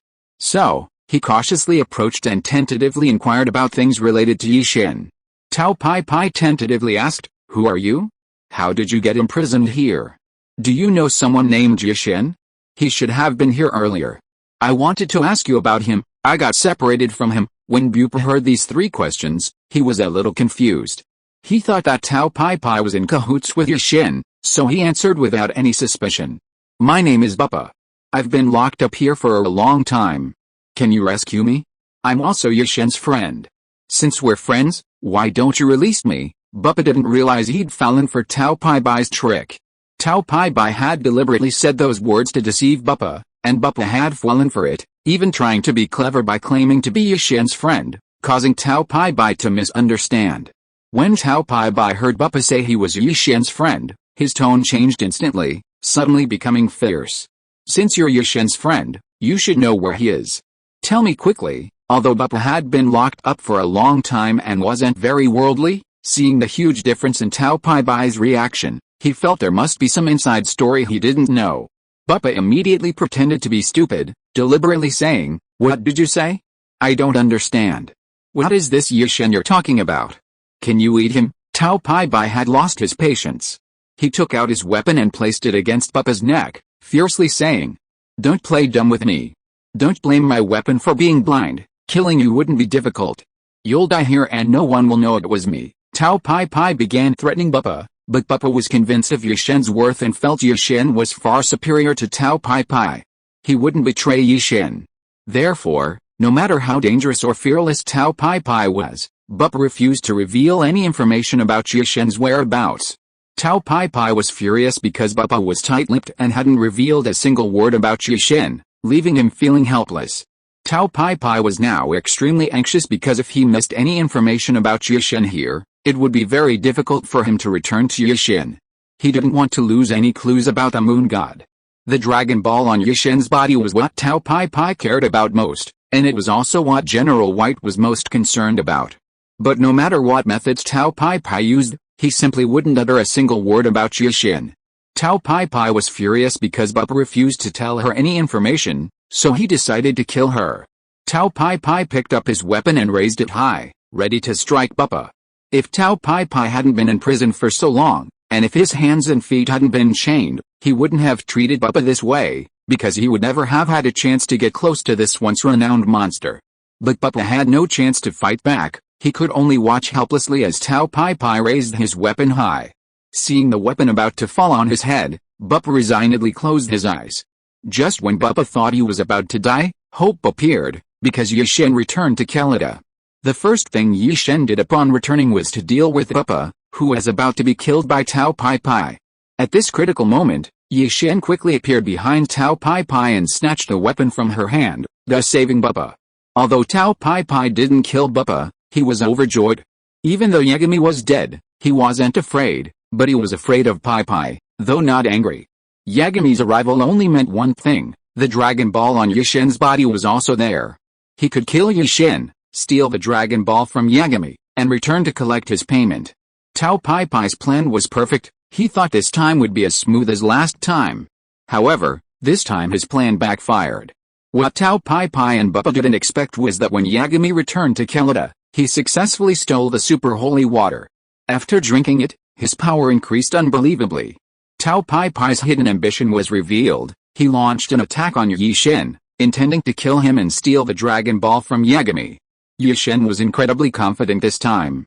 He wasn't nervous or afraid because Tao Bebe had defeated him last time. He seemed completely at ease and relaxed during his rematch with Tao Bebe. Tao Bebe quickly noticed this and assumed Yi-Shen was acting this way for other reasons. He hadn't expected Yi-Shen to have obtained the super holy water. However, Yi-Shen still held back his strength, wanting to thoroughly torment Tao Bebe and make him taste the pain of defeat. Chapter 537 Turnaround. Tao Pai Pai relentlessly attacked Yi-Shen, almost exclusively using his ultimate move. Yi-Shen simply dodged, never launching a real attack. The battle was incredibly exciting. Watching this duel between two masters, Bufa was utterly dumbfounded. He hadn't expected these two to be so strong. Even in his prime, he would have been intimidated by such opponents. Tao Pai Pai felt the pressure subtly, as his continuous attacks were ineffective against Yi-Shen, who easily dodged them. Forced to resort to his ultimate move, Tao Pai Pai unleashed his signature surprising shockwave attack at Yi-Shen. This ultimate move, which Tao Pai Pai had always been so confident in, proved useless this time. Yi-Shen easily countered it, leaving Tao Pai Pai astonished. Not only that, Yi-Shen also easily dodged Tao Pai Pai's ultimate move in time. After some clever maneuvering, Yi-Shen copied Tao Pai Pai's ultimate move and launched it at Tao Pai Pai. Tao Pai Pai was stunned. He never expected Yi-Shen to undergo such a powerful transformation. He couldn't believe what was happening before his eyes. He thought it was just Yi-Shen's good luck. Unwilling to give up, Tao Pai Pai struggled to dodge Yi-Shen's attack and then unleashed his ultimate move again, targeting Yi-Shen once more. This time, Tao Pai Pai unleashed his full power. However, all of this posed no challenge to Yi-Shen. He calmly watched Tao Pai Pai gather his strength and charge towards him again, confidently awaiting his attack. Tao Pai Pai unleashed his full power, launching an attack on Yi-Shen. This time, Yi-Shen didn't dodge the attack. He met it head-on, catching Tao Pai Pai's ultimate move. Yi-Shen's performance was remarkably effortless, which puzzled Tao Pai Pai. How could Yi-Shen have changed so much in just 3 days? It wasn't just Yi-Shen's strength that had increased, his learning talent was also constantly improving. During his fight with Tao Pai Pai, he had already learned how to use Tao Pai Pai's ultimate move. Yi-Shen had mastered the art of using Tao Pai Pai's ultimate move with remarkable skill. He intended to repay Tao Pai Pai in kind. Knowing how Yi-Shen had been injured by Tao Pai Pai 3 days prior, Yi-Shen would make Tao Pai Pai taste the power of his ultimate move. Yi-Shen unleashed his full power, adding a powerful enhancement to Tao Pai Pai's attack, and launched it towards him. This time, Yi-Shen reasoned that Tao Pai Pai wouldn't be able to withstand his attack. Sure enough, Tao Pai Pai was badly beaten by Yi-Shen. When Yi-Shen's ultimate move was launched, Tao Pai Pai was directly sent flying. He was lifted high into the air by the attack and then slammed heavily to the ground. This was a fatal blow to Tao Pai Pai. This injury left him constantly at a disadvantage in the subsequent battle, unable to recover. Tao Pai Pai suffered severe internal injuries, and in the ensuing fight, he constantly reduced his speed. For Yi Shen now, killing Tao Bei would be an easy task. Yi Shen would show no mercy this time, because he had almost died at Tao Bei's hands 3 days ago. Even if Yi Shen let him go this time, he believed Tao Bei would definitely come back and not let him off the hook. Therefore, Yi Shen would not leave any future trouble. He wanted to eliminate this threat forever while he could kill Tao Bei today. The battle continued for a while, during which time Tao Bei was exhausted, almost collapsing to the ground, unable to move. This was the perfect opportunity for Yi Shen to kill Tao Bei. Yi Shen looked expressionlessly at the fallen Tao Bei. Although he was kind-hearted, he would not easily let go of such a treacherous and opportunistic person. Yi Shen would make sure he died a quick death. Yi Shen slowly walked towards Tao Bei and knelt down in front of him. Tao Bei looked at Yi Shen with fear on his face. He didn't even have the strength to stand up. Tao Bei was covered in wounds, large and small, all stained with blood, looking extremely disheveled. Tao Bei was an extremely proud person. He stared at Yi Shen without changing his expression, knowing what awaited him in the next second, nothing but death. Yi Shen spoke his last words to Tao Bei. Before you die, is there anything you want to say? His face was ashen. His eyes were open and motionless. He only uttered the last 2 words. Nothing. Since Tao Bei was so straightforward and didn't struggle, Yi Shen could easily finish him off. Yi Shen hadn't actually killed many people. When he killed Tao Bei this time, he still chose to close his eyes. Then he used his ultimate move to attack Tao Bei's head. With a loud bang, Tao Bei was attacked by Yi Shen's ultimate move. His face was unrecognizable, and his brains were almost splattered. The scene was extremely cruel, and even Bupa, who was standing next to him, felt a little horrified when he saw it. Thus, the famous #1 assassin in the world, Tao Bei, died at the hands of Yi Shen. After Yi Shen finished this battle, he was about to leave when someone called out to him. Hey, don't go. Let me go first, please let me go, I want to leave here. Only then did Yi Shen remember that there was Bupa next to him, the person he had just rescued. Yi Shen recalled what Kelly had told him about the monster in prison underground. He looked closely at Bupa and realized that Bupa didn't resemble a monster, which piqued his curiosity. He wanted to clarify the matter of Bupa, so he asked, "Are you the monster in prison under the Carry Tower?" Bupa retorted. "I'm not a monster," Yi Shen asked, puzzled. "But someone told me you were a monster." Bupa felt wronged and explained, "That was just an excuse they made up. They captured me and imprisoned me here to prevent me from leaving. When they realized they had captured the wrong person, they couldn't save face, so they made up this excuse." Seeing Bupa's sincere expression, Yi Shen believed him. "Then why were you captured and imprisoned here?" Bupa recounted the events that had happened.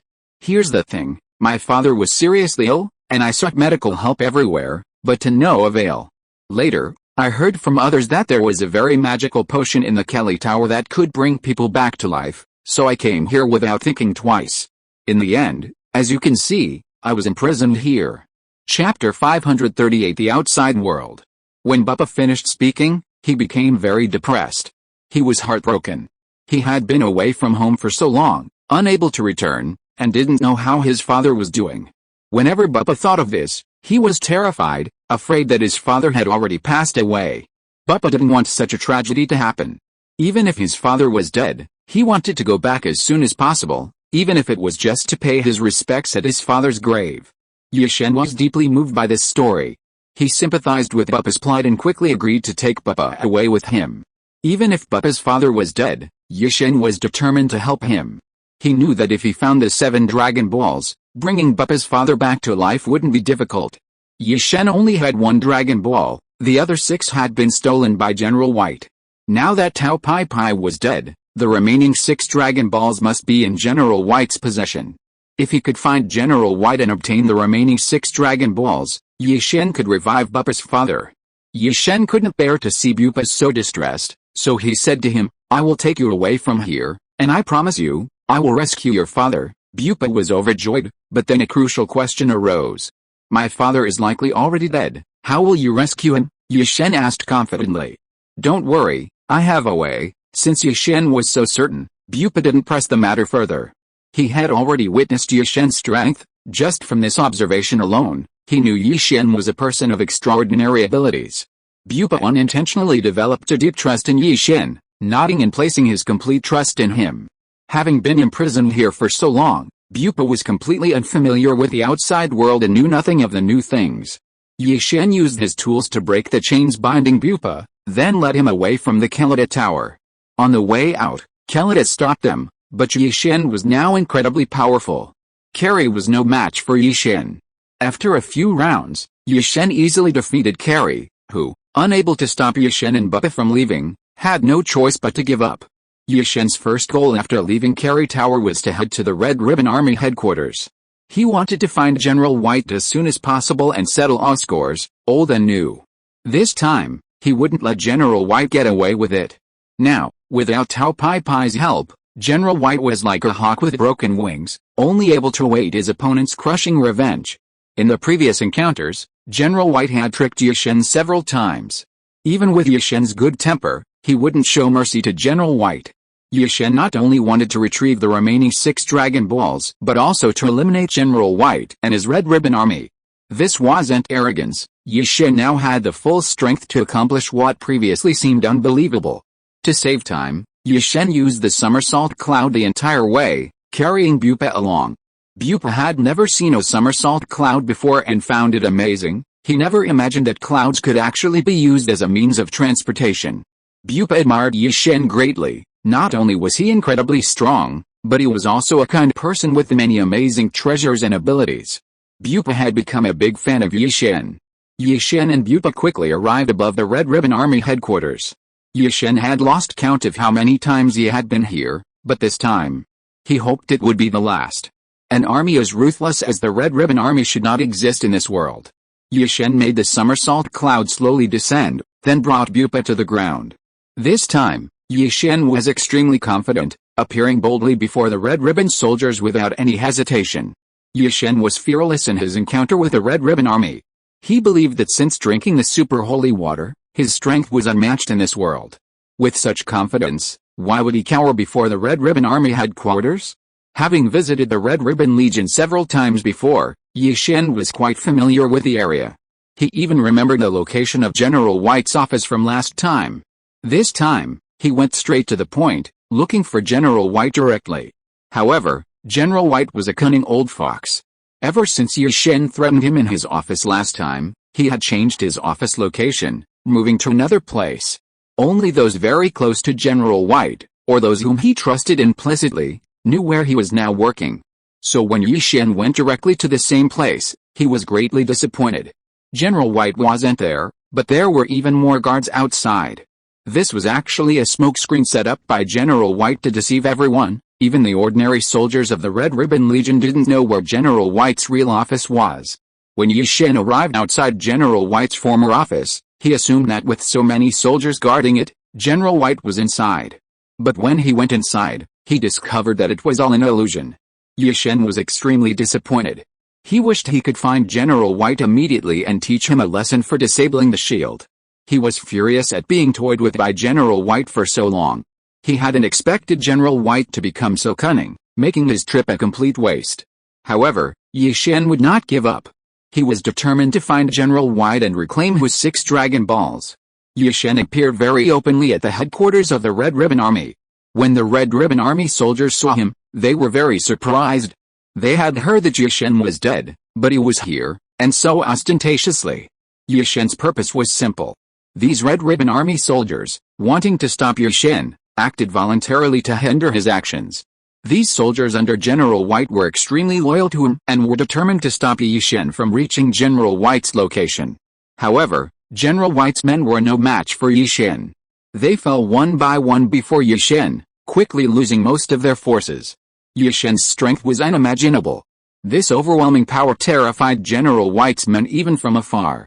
Perhaps Yi-Shen hadn't expected General White to treat his men so badly, yet they were so devoted to him, willing to sacrifice their lives to stop him and prevent him from finding the general's true hiding place. Chapter 539 Dilemma.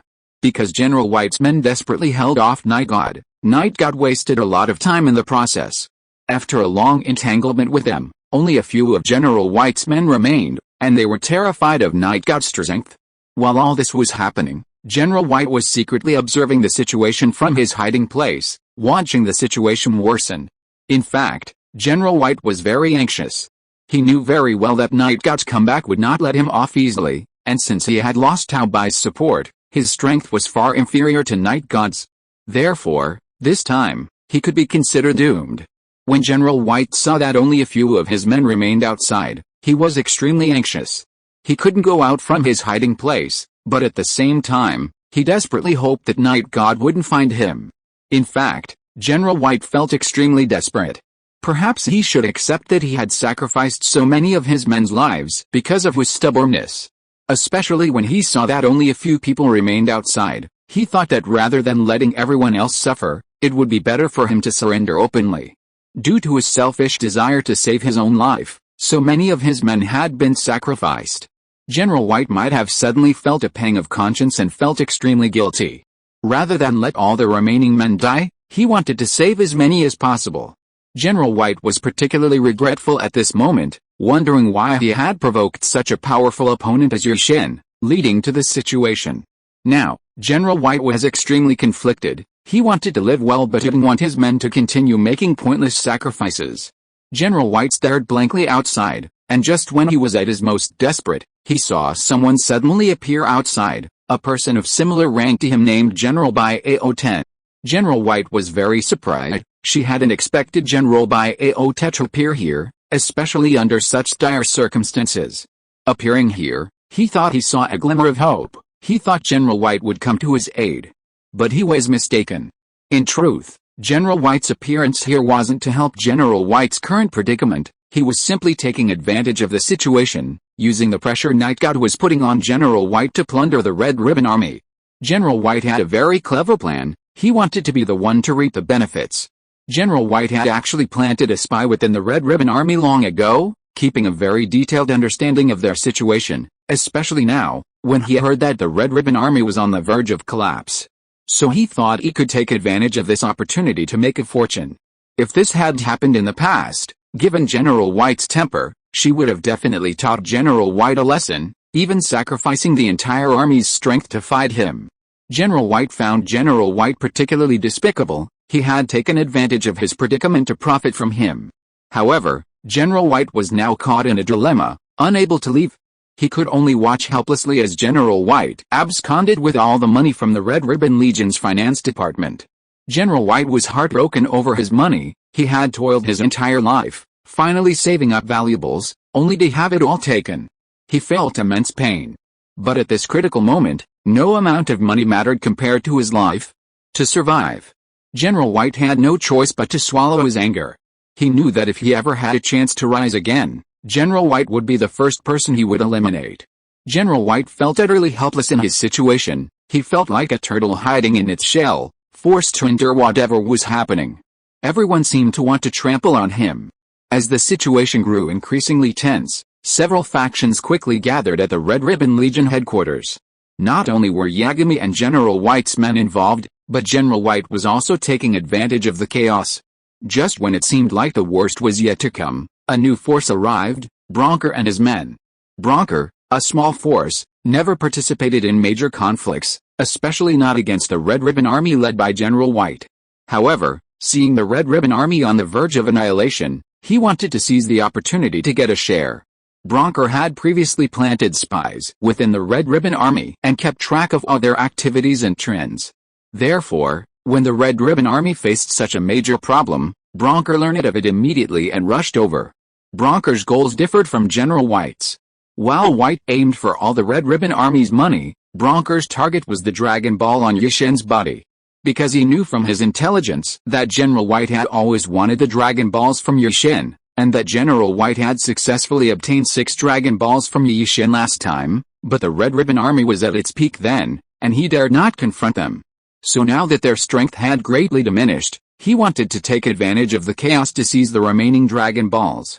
Brown was even more greedy than General White.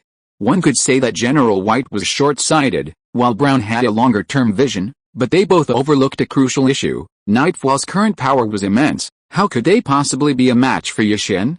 Brown was particularly overconfident. He wanted to seize the Dragon Balls from Nightfall, and not only that, he wanted to kill Yi-Shin.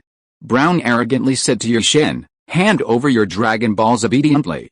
Perhaps I can still spare your corpse." When Yi-Shen heard this, he merely smiled, mocking his opponent's shamelessness and overestimation of himself. Even the world's #1 assassin, Tao Bai, couldn't easily kill him, let alone this nameless nobody he'd never seen or heard of. Meanwhile, General White remained hidden in the shadows, secretly observing the situation outside.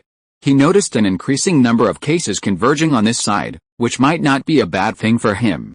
He planned to take advantage of the chaos to secretly escape.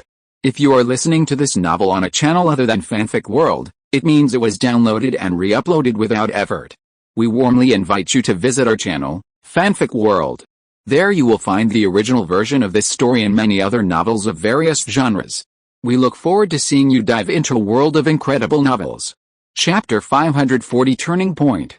Yi-Shen was extremely dissatisfied with what Bronk had said. He was angry.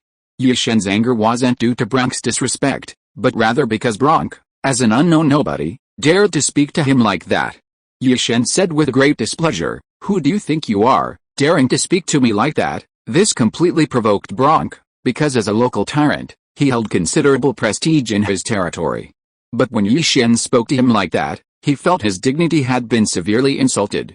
Bronk desperately wanted to prove himself, because he was currently an unknown nobody, his reputation not being particularly widespread. Few people had heard of him, so to increase his prestige, he confidently introduced himself to Yi-Shen, saying, "Listen carefully, my name is Bronk, and I command a large army. Although it's not as powerful as the Red Ribbon Legion, one day I will surpass them, so you'd better show me some respect." Yi-Shen was extremely displeased upon hearing this, as she believed that such private armies were irregular and their actions were mostly acts of arson, murder, and looting, making them unworthy of respect. Yi-Shen coldly replied, "People like you don't deserve anyone's respect." Yi-Shen's words left Bronk speechless. Even White Ultra was speechless, as they had indeed committed many dishonorable acts. Bronk didn't want to hear any more disrespect from Yi-Shen. He wanted to resolve the situation quickly. Yi-Shen snatched several Dragon Balls from Night God and leave as soon as possible. Bronk made the first move. Although his strength wasn't great, he possessed an incredibly strong will. Bronk's attack method was very ingenious. Night God had never seen such an attack style in his battles. Perhaps this was a unique characteristic of Bronk, so Night God was initially at a loss when facing Bronk. However, Yi-Shen's talent was exceptional. He could quickly learn the techniques of anyone he sparred with. So, after just a few rounds, Yi-Shen mastered Bronk's attack methods and devised a way to counter them. No matter how hard Bronk tried, no matter how uncommon his attacks, he was no match for Yi-Shen. Bronk easily dodged his attacks and could even counterattack at opportune moments. But Bronk had a significant advantage, his unwavering willpower. He relentlessly attacked Yi-Shen, determined not to give up until he obtained the Dragon Balls from him. After several rounds with Yi-Shen, Bronk thought he had a chance to defeat him. However, he didn't know that Yi-Shen wasn't using his true strength, not even half of it. He was simply toying with him. After fighting Bronk, Yi-Shen found it utterly pointless because Bronk's strength was simply too weak. He felt that continuing like this was a waste of time, and it would be better to finish the battle quickly. So Yi-Shen took the fight seriously. Yi-Shen became truly serious, defeating Bronco within a few moves. After witnessing Yi-Shen's true strength, Bronco began to panic. Bronco was extremely anxious. He knew his own strength, especially against such a powerful opponent. If he wanted the Dragon Balls, he couldn't rely solely on his own power. He needed to find a better way. After witnessing Yi-Shen's true strength, Bronco felt a blow. He began to fear Yi-Shen's power. He didn't want to make a pointless sacrifice, because he had witnessed the corpses of Red Ribbon Army soldiers falling one by one on the training grounds at the Red Ribbon Army headquarters. He didn't want to become one of them. Bronco used all his strength to dodge Yi-Shen's attacks, and then used this free time to conjure many robots, his secret weapons. Each one was exquisitely crafted and possessed incredibly powerful functions. Since Bronco couldn't kill Yi-Shen on his own, it was understandable that he brought in many helpers. Suddenly, the numerous robots that appeared surrounded Yi-Shen, preventing him from dealing with Bronco. Yi-Shen had to fight the robots while also guarding against those who might try to sabotage him from behind. Due to the sheer number of robots and their exceptional strength and speed, Yi-Shen initially struggled to keep up, frantically dealing with each robot that kept attacking him. However, Yi-Shen's true strength couldn't be limited by this. The stronger the opponent, the more it would unleash Yi Shen's potential. At first, Yi Shen was overwhelmed by the robots, unable to withstand the simultaneous attacks of so many. But gradually, the situation began to turn. Later, Yi Shen, relying on his agility and extraordinary strength, having finally dealt with the robots, his only remaining target was Bronk. Under Bronk's watchful gaze, Yi Shen quickly and steadily defeated the robots, making Bronk feel threatened. Having lost his allies, Bronk tried to escape, but Yi Shen wasn't about to let him go so easily. Yi Shen swiftly appeared before Bronk, blocking his path. Yi Shen's confident gaze and fierce expression completely intimidated Bronk, who was too frightened to retaliate. He was quickly defeated by Yi Shen. After defeating Bronk, Yi Shen searched his body and found what he needed. Now, no one could stop Yi Shen. General White was like a turtle hiding in its shell, afraid to come out and only able to hide in the shadows to save his own life. White Ultra's goal wasn't to obtain the Dragon Balls, so he wouldn't have any conflict with Yi Shen. And with Bronk defeated, no one could stop Yi Shen either. Yi Shen had almost completed what he needed to do. He took out all the Dragon Balls he had, and after counting them, he realized he only had 6. He found this strange. Logically, he should have collected 7 Dragon Balls by now, so why did he only have 6? Where had the other one gone? Chapter 541 Great Supernatural Powers. Yi Shen was extremely anxious because only one Dragon Ball remained to be found. Once he found this last one, he could use all 7 Dragon Balls to summon Shenron and help Bulba's father be resurrected. Since one Dragon Ball was still missing, Yi Shen's first thought was to take out his Dragon Radar and search for its location. If he could find it, collecting all 7 Dragon Balls would be just around the corner. Yi Shen took out his Dragon Radar and turned it on. He used it as usual, but the display didn't light up. Yi Shen's heart sank. He wondered if the Dragon Radar was broken again. Could I be so unlucky, he thought. At this crucial moment, the Dragon Radar had failed him again. Yi Shen assumed the Dragon Radar was broken and needed to find someone to repair it. However, the only person he knew was Bulma, who was relatively close to him, and they were good friends. So, he decided to go to Bulma and ask her to fix the Dragon Radar. To save time, Yi Shen summoned his flying Nimbus without hesitation, mounted it, and sped away. He was heading to the western capital to find Bulma and have her solve this problem. Since Yi Shen had already been here once before, looking for Bulma, he quickly arrived at her house based on his memory. He knocked on the door, and Bulma opened it for him. Bulma was very surprised to see Yi Shen, as she hadn't seen him for some time. His sudden appearance must mean something urgent had happened. Huh, Yi Shen? What are you doing here, Yi Shen? Without even taking a break, asked Bulma, panting. I'm here because I need something, of course. I discovered my Dragon Radar's broken again, so I had to ask you to fix it for me, Bulma said, quite surprised. No way, the Dragon Radar's broken again? I remember I fixed it not long ago. How could it break again? Yi Shen explained. How could this thing not break when it's with me every day? It's been bumped and knocked around countless times. Bulma smiled faintly and replied, that's true, I think the Dragon Radar is quite unlucky to have been with you. Bulma hadn't seen Yi Shen for a long time, and the two started joking around when they first met. Bulma invited Yi Shen into her house, poured him a glass of water, and told him to rest. Yi Shen handed the Dragon Radar to Bulma without any worries, and then Bulma returned to her research lab to begin repairing the seemingly broken Dragon Radar. Yi Shen could finally relax comfortably on the sofa, taking a short nap. When he woke up again, he found the Dragon Ball Radar, repaired by Bulma, placed on the coffee table. Bulma, at Yi Shen's request, had fixed the radar and immediately handed it to him. Yi Shen picked it up and checked it. Finding it repaired, he turned it on to check if it worked properly. However, while the radar's display functioned, it couldn't locate the Dragon Balls. This puzzled him greatly. Although Bulma had fixed it, it still couldn't locate the Dragon Balls as before. This strange phenomenon left Yi Shen feeling helpless. Unable to use the Dragon Ball radar to find the 7th Dragon Ball, he was extremely anxious, wanting to find it as soon as possible. Otherwise, if it falls into someone else's hands, he'll waste time searching again. Yi Shen, frowning, handed the Dragon Ball radar to Bulma again, saying, are you sure it's fixed?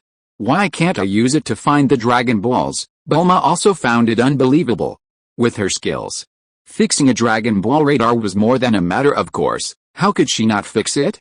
She took the Dragon Ball radar from Yi-Shen's hand, examining it carefully. After Bulma's careful inspection, she was certain that she had definitely fixed the Dragon Ball radar. The radar itself was fine, so the problem must lie elsewhere. However, Bulma didn't know what the problem was, so she said to Yi-Shen, "This Dragon Ball radar is fine, exactly the same as before, but why can't we find the Dragon Balls? Perhaps we can think about whether something else is wrong." Bulma's words unintentionally reminded Yi-Shen, who suddenly thought, since the Dragon Ball radar is fine, then it must be the Dragon Balls. What other unexpected events might have occurred? After following Bulma's advice, Yi-Shen pondered for a long time, still unable to figure out why the Dragon Ball radar couldn't pinpoint the Dragon Ball's location. They were anxious because they couldn't find the cause, but what could they do to solve this problem? They had no choice but to seek help from others. Yi-Shen's first thought was Master Roshi, because Master Roshi lived in a city not far from West Capital. This was the only person Yi-Shen could think of who was closest and could help him solve the problem. After having his own idea, Yi-Shen thanked Bulma, then bid farewell and left West Capital for the neighboring city to find Master Roshi. After some twists and turns, Yi-Shen finally found Master Roshi.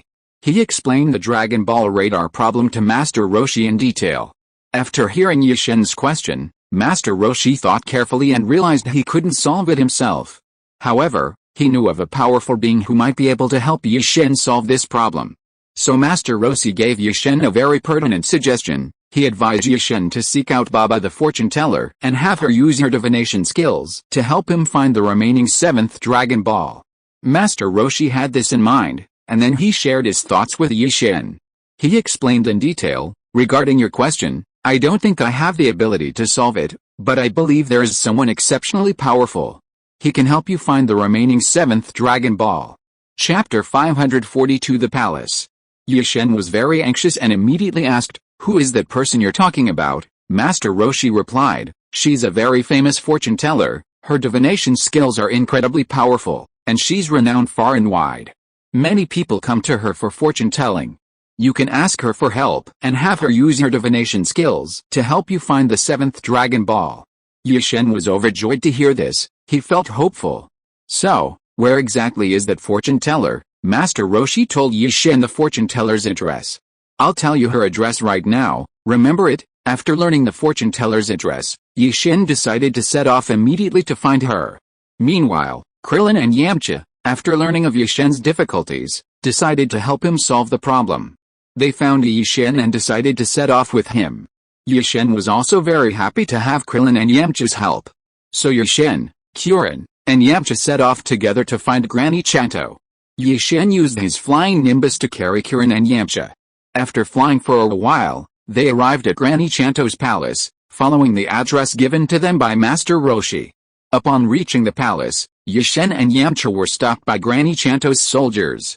Looking at the magnificent palace before him, Yi-Shen was initially surprised, as he had assumed Granny Chanto was just an ordinary old woman who practiced divination. He hadn't expected her to be such a powerful and influential figure. Granny Chanto's men prevented them from entering the palace. After Yi-Shen explained the purpose, he asked one of the soldiers to convey their message to Granny Chanto. One of the soldiers, being very kind, offered to help Yi-Shen and went into the palace to inform Granny Chanto. When Granny Chanto learned that Yi-Shen and his companions had been introduced by Master Roshi, so they decided to meet Yi-Shen and his companions. Although Granny Divination knew that Yi-Shen and his companions had been introduced by Master Roshi, and out of respect for Master Roshi, she was willing to meet them, this didn't mean she was entirely willing to help them. However, since they had the opportunity to meet Granny Divination, Yi-Shen was confident he could persuade her to offer their assistance. A kind soldier returned with the news that Granny Divination was willing to see them, so Yi-Shen was led by the soldier to meet her. Finally, Yi-Shen and Yamcha were able to enter the palace smoothly. They walked through a long corridor and arrived at Granny Divination's palace. Yi-Shen and Yamcha finally met a legendary Granny Divination in the palace. After experiencing so much, Yi-Shen had met many masters. But he had never felt such reverence for an ordinary old woman. However, the old woman before him was no ordinary woman, for she was an old woman extremely skilled in divination. Yi-Shen first greeted Granny Zan very respectfully. "You must be Granny Zan. We've heard so much about you. We've encountered some trouble, and thanks to Master Wu Tian's recommendation, we've decided to come to you. We hope you can offer us assistance, Yi Shen stated his purpose for coming directly and frankly. Granny Zan was quite pleased with Yi Shen's straightforwardness. Granny Zan had a good first impression of Yi Shen, but she had lived in this empty palace for decades. Her daily life was monotonous, and she found it very dull. She wanted to find some fun. Especially now that Yi Shen and his group of young people had arrived. She wanted them to add some excitement to her life. After hearing Yi Shen's words, Granny Zan replied, I know why you've come here, but that doesn't mean I'll necessarily agree to your request. I hope you'll let me see something special about you that would make me willing to help you. Although the fortune teller didn't immediately agree to Yi Shen and his companion's request, her words implied that they still had hope. She could help them. Yi Shen, quick-witted, immediately understood her meaning and asked, what are your requests? Please tell us, and we will certainly complete your test. The fortune teller liked intelligent and brave young men like Yi Shen, and her impression of him was growing stronger. My request is actually very simple, she said. I need to witness your true abilities. I want to watch a battle properly. If you win this battle, I can help you solve the problem you need to solve. Yamcha, listening from the side, still confused, asked, what kind of battle? The fortune teller continued, I will select a few of my strongest subordinates, and you can compete against them. You can arrange the order of your appearances, but all three of you must win every match before I can grant your request. This arrangement was, of course, no problem for Yi Shen. However, his two companions were a different story. Yi Shen knew Yamcha's strength, but he didn't know Kirin's. Although Yi Shen was a little worried, he had to agree to Granny Shizuku's arrangement, so he said, since you've already thought it through, then we can only agree to your request. Of course, we will try our best to win this match. Although Yi Shen had agreed to the match, he was most worried about Kirin, who he thought would be a burden to him. He whispered to Yi Shen with great concern, Yi Shen, how could you agree so quickly? Shouldn't you think about it? My strength is really inferior to theirs. What if I lose? Yi Shen felt that the most important thing between friends was mutual trust. He needed to give Kirin more courage and confidence.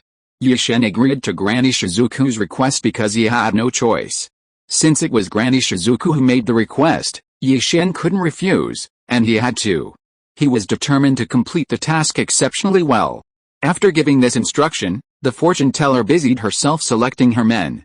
She chose 5 warriors, whom she considered her strongest subordinates. After selecting the 5 warriors, she had them appear, and Yi Shen carefully observed each one's characteristics. Based on his observation, he could tell that each of the 5 had different strengths. Chapter 543 Transparent Bat. However, these observations were only very rough. Yi Shen had no idea of the true strength of these people. Granny Divination specifically required all 3 of them to participate in the battle, with no one allowed to skip a match. Therefore, Yi Shen arranged the first match for Kulin based on their individual strengths. Kulin faced the least pressure, as he only needed to participate in 1 match. Losing or winning this match wouldn't significantly affect the final result, so he didn't need to feel burdened. Granny Divination had also already chosen the first opponent, a vampire. Kulin's first opponent was a vampire, and Kulin had never faced such an opponent before, so he was uncertain and anxious. Just before Kulin went on stage, Yi Shen encouraged him and comforted him, saying, don't worry, just give it your all. Participate in the battle. Regardless of winning or losing, don't think about what will happen if you lose.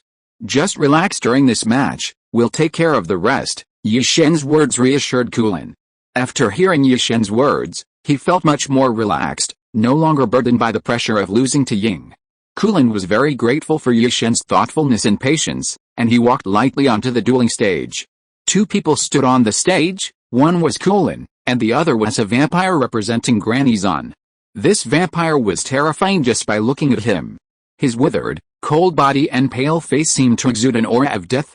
Since Kulin didn't have to worry about winning or losing, he was very relaxed and attacked the vampire first without pressure. The vampire also met Kulin's challenge with ease. He easily dodged Kulin's attacks. The vampire's body was incredibly light, and his movements were extremely agile. He was like a ghost constantly roaming around Kulin. Kulin couldn't use his own techniques to counter the vampire's attacks. This vampire's greatest strength was trickery. He harbored numerous schemes, waiting for Kulin to fall into his trap. Due to his lack of combat experience, Kulin quickly fell into the vampire's trap and trickery. After several rounds of fighting, Kulin sustained minor injuries. Yi-Shen watched the match between Kulin and the vampire intently. Seeing Kulin suffer several injuries, he began to worry. Although Yi-Shen was concerned about Kulin's condition, he still had confidence in him. Despite the minor injuries, Kulin had trained long enough. He believed Kulin could handle the situation. In his panic, Kulin glanced down at the stage. He saw Yi-Shen nodding at him, silently giving him confidence. Encouraged by Yi-Shen, Kulin's confidence soared. He began to counterattack the vampire. Kulin's training time was considerable, but facing an opponent like the vampire, although he initially felt a bit out of place, after a few rounds, he began to understand the vampire's tactics more and more clearly. Kulin then launched a full-scale counterattack, unleashing his long-honed ultimate move. The vampire, unfamiliar with Kulin's ultimate move, didn't know how to counter it. Under Kulin's repeated attacks, the vampire slowly began to falter. The vampire stared at Kulin in disbelief. Based on his observations, he felt Kulin's strength was far inferior to his own, yet suddenly the situation had reversed. Unable to defeat Kulin on stage, the vampire had to resort to other methods. The reason Kulin could change so drastically in such a short time, impressing the vampire, was because Yi-Shen had given him a great deal of confidence. With this newfound confidence, Kulin gained a clearer understanding of his situation and turned the tide. The vampire felt helpless. He was being pushed back step by Kulin. He realized that in the current situation, he couldn't continue fighting Kulin. So he used an incantation to transform himself into a bat and fly into the air. After transforming into a bat, the vampire had several significant advantages. First, his size decreased, making Kulin's attack range much smaller and harder for Kulin to hit. Secondly, as a bat, he could more easily dodge Kulin's attacks and counterattack at will. After transforming into a bat, the vampire's size was greatly reduced, and his speed was greatly increased. Using this advantage, the vampire continuously attacked Kulin with his agility. Kulin had no good solution to this situation. He didn't know what to do because, against the bat-turned-vampire, he could no longer utilize his advantages. Kulin was extremely distressed. He didn't want the match to turn out this way. He had just turned the tide and was poised to win, making things easier for Yi-Shen and the others. But the situation had suddenly reversed again. His confidence was instantly shattered. Kulin couldn't think of a better solution, so he looked up at the audience below the stage, hoping to ask Yi-Shen for help. Yi-Shen had been watching the match intently from below. He was happy for Kulin's achievements, but he didn't know how to break through the current situation. What happened next was even more astonishing to Yi-Shen and Kulin. Before their eyes, the vampire not only transformed into a bat, but also slowly became a transparent bat. This further increased the difficulty of the battle. Kulin's confidence plummeted. He felt completely incapable of defeating such a strange opponent as the vampire. Due to the vampire's special ability, after transforming into a transparent bat, Kulin and his companions could no longer continue the match. Kulin was constantly attacked by the invisible bats, and to ensure his safety, he had no choice but to stop the match. Granny Zan, the referee of the match, granted Kulin's request, and the match was temporarily suspended. Chapter 544 Morning. The match was temporarily over. Kulin came down from the stage and approached Yi-Shen, asking for help. Kulin frowned anxiously and said, "Yi-Shen, how are we going to play this match? I'm completely at a loss. This match is really too difficult." Yi-Shen was also troubled when he heard Kulin's question, because he couldn't take Kulin's place. Even if Yi-Shen were to play, he wasn't confident he could defeat the invisible vampire. Seeing Yi-Shen's silence, Kulin knew he was also facing a problem, so he offered some suggestions. "Since the competition has been temporarily suspended, we have time to seek help from others. Perhaps we can go back to Master Roshi or Master Roshi. They must have better ideas and can give us some good suggestions." Kulin was right, and Yi-Shen also agreed with Kulin's reasoning, so he adopted Kulin's suggestion. The three of them temporarily bid farewell to Granny Zan and returned to Zidu to find Master Roshi and Master Roshi. Yi-Shen first took Kulin and Yamcha back to Zidu to find Bulma. This time, Yi-Shen returned to Zidu in the shortest possible time and arrived outside Bulma's house. When Bulma opened the door, she was very surprised to see Yi-Shen outside, and he had brought Yamcha and Kulin with him, because Yi-Shen had only been gone for a few days. During Yi-Shen's journey back to Zidu, They were in a great hurry, not even having time to drink a sip of water before rushing back to find Bulma. So, when Yi-Shen arrived at Bulma's house, the first thing he did was go into her room and find some water. Yi-Shen felt incredibly thirsty. He found some water in Bulma's house and gulped down several large cups. After drinking the water, Yi-Shen felt much more energetic, as if he had been reborn. He finally had the strength to talk to Bulma. Just as Yi-Shen was about to speak to Bulma, she asked him at the same time, "How long have you been gone? Why are you back already? Did you run into some trouble again?" Yi-Shen asked, puzzled. "Hey, how did you know? How do you know so much about me?" Bulma replied with a playful smile, "Every time you come to see me, it's because you've run into trouble. You only remember I'm your friend when you're in trouble." Yi-Shen smiled helplessly. It seemed that was always the case. After chatting with Bulma for a while, Yi-Shen finally revealed the purpose of his return. He told Bulma, "To ensure the dragon radar can continue locating the dragon pillars, we had 5 days to find a fortune teller, who said she could help us solve this problem. However, the fortune teller demanded that we defeat her 5 henchmen, and one of them was particularly difficult." Bulma was very curious and quickly asked, "Is there really someone you can't handle?" Yi-Shen smiled faintly and replied, "The opponent we encountered has a very magical ability. He's a vampire who can transform into an invisible bat. This magical ability makes it impossible for us to attack him, while he can attack us at will. We had no choice but to stop the match and come here for help." Bulma had never heard of such a skill before, so she now understood why Yi-Shen had returned for reinforcements. "So, who exactly did you come back to ask for help?" Yi-Shen asked Bulma. "We came back this time intending to find Master Roshi and ask them to help us. So we came here to rest for a while." Bulma, while talking to Yi-Shen, also prepared some drinks and fruit platters for them. Bulma treated Yi-Shen and Yamcha to a good meal. After they ate and drank their fill at Bulma's house, they continued their journey to find Master Roshi. Their first destination was Master Roshi, since he was the one who recommended Granny Zan, so Yi-Shen thought he would know her better. Therefore, Yi-Shen, along with Yamcha and Kirin, arrived near Master Roshi's house. Yi-Shen went to Master Roshi's door first and knocked. He stood outside for a while, but no one answered. Yi-Shen found this very strange, because Master Roshi was always home when he came to see him before, but this time no one opened the door. So Yi-Shen knocked on Master Roshi's door again. But after waiting a while longer, still no one opened the door. Yi-Shen patiently continued waiting, unaware that Master Wu Tian had already left. After knocking several times, there was still no response from Master Wu Tian's house. Master Wu Tian's neighbor heard the knocking and kindly came out to speak to him. "Young man, you're here to see Master Wu Tian, right? I have to tell you, he's not home. He's gone on a long trip," Yi-Shen asked politely. Then, "Auntie, do you know where Master Wu Tian went?" The aunt shook her head and replied, "I don't know. Master Wu Tian's whereabouts are always very mysterious. I only know that Master Wu Tian went out in his spaceship." After hearing the aunt's answer, Yi-Shen knew that even if he continued to wait, he wouldn't return, as Master Wu Tian's whereabouts were uncertain, and his return date was difficult to predict. Since they knew Master Wu Tian wasn't home, Yi-Shen and his companion had no choice but to leave Master Wu Tian's house temporarily. Yi-Shen and Yamcha hadn't fought back at all. Hearing about Master Roshi's whereabouts, they had no choice but to search for him everywhere. However, after a long search, they still couldn't find him. Yi-Shen and Yamcha felt a little disappointed because the person most likely to help them hadn't been found, so they had to return to their previous situation. Since they couldn't find Master Roshi, Yi-Shen's next goal was to go to Master Roshi's island to find him. Yi-Shen, with Yamcha, arrived at Master Roshi's island full of hope. They arrived at Master Roshi's house, but were ultimately disappointed again, as Master Roshi wasn't home. Yi-Shen and Yamcha had suffered 2 setbacks in a row.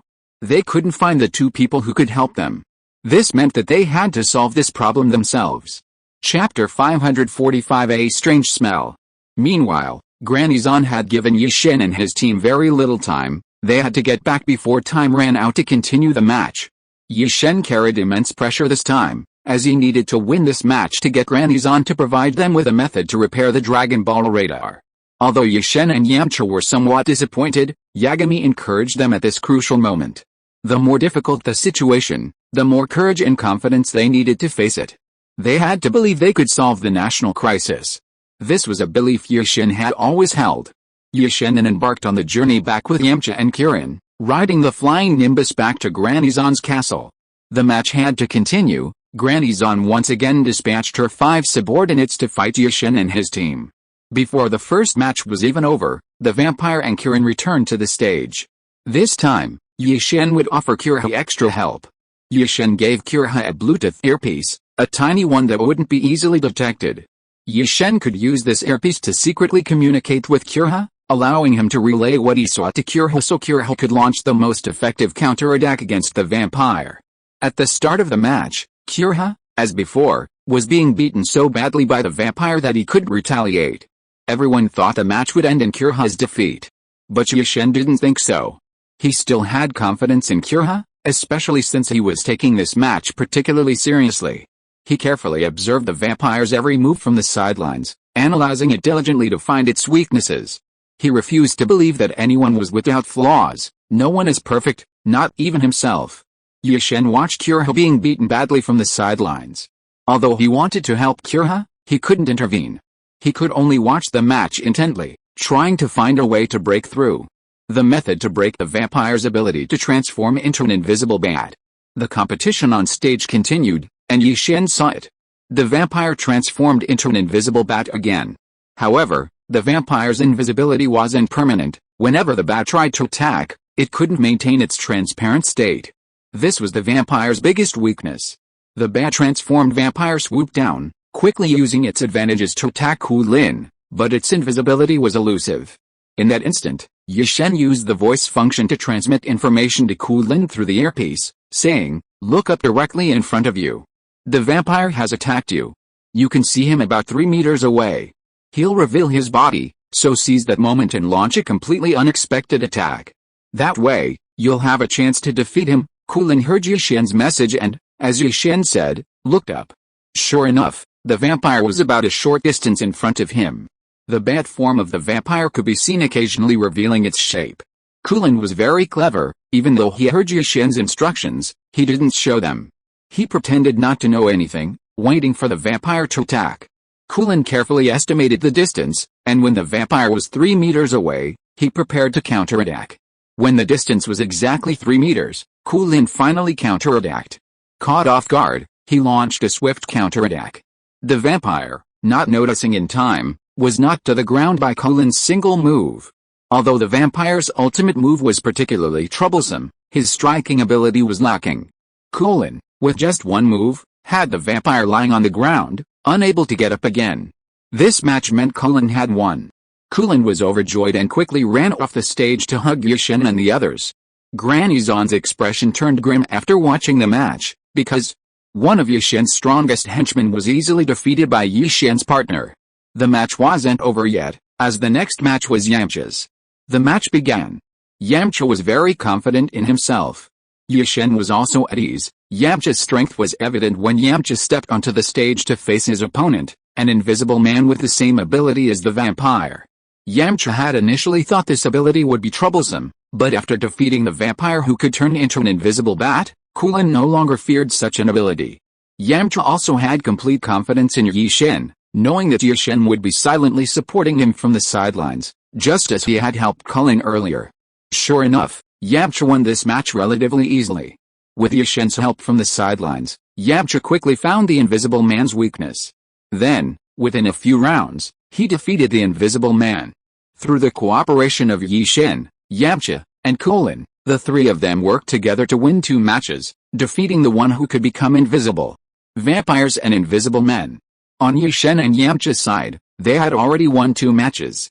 Granny Zantao was quite impressed with them, so after their victories, she took them to a mysterious place.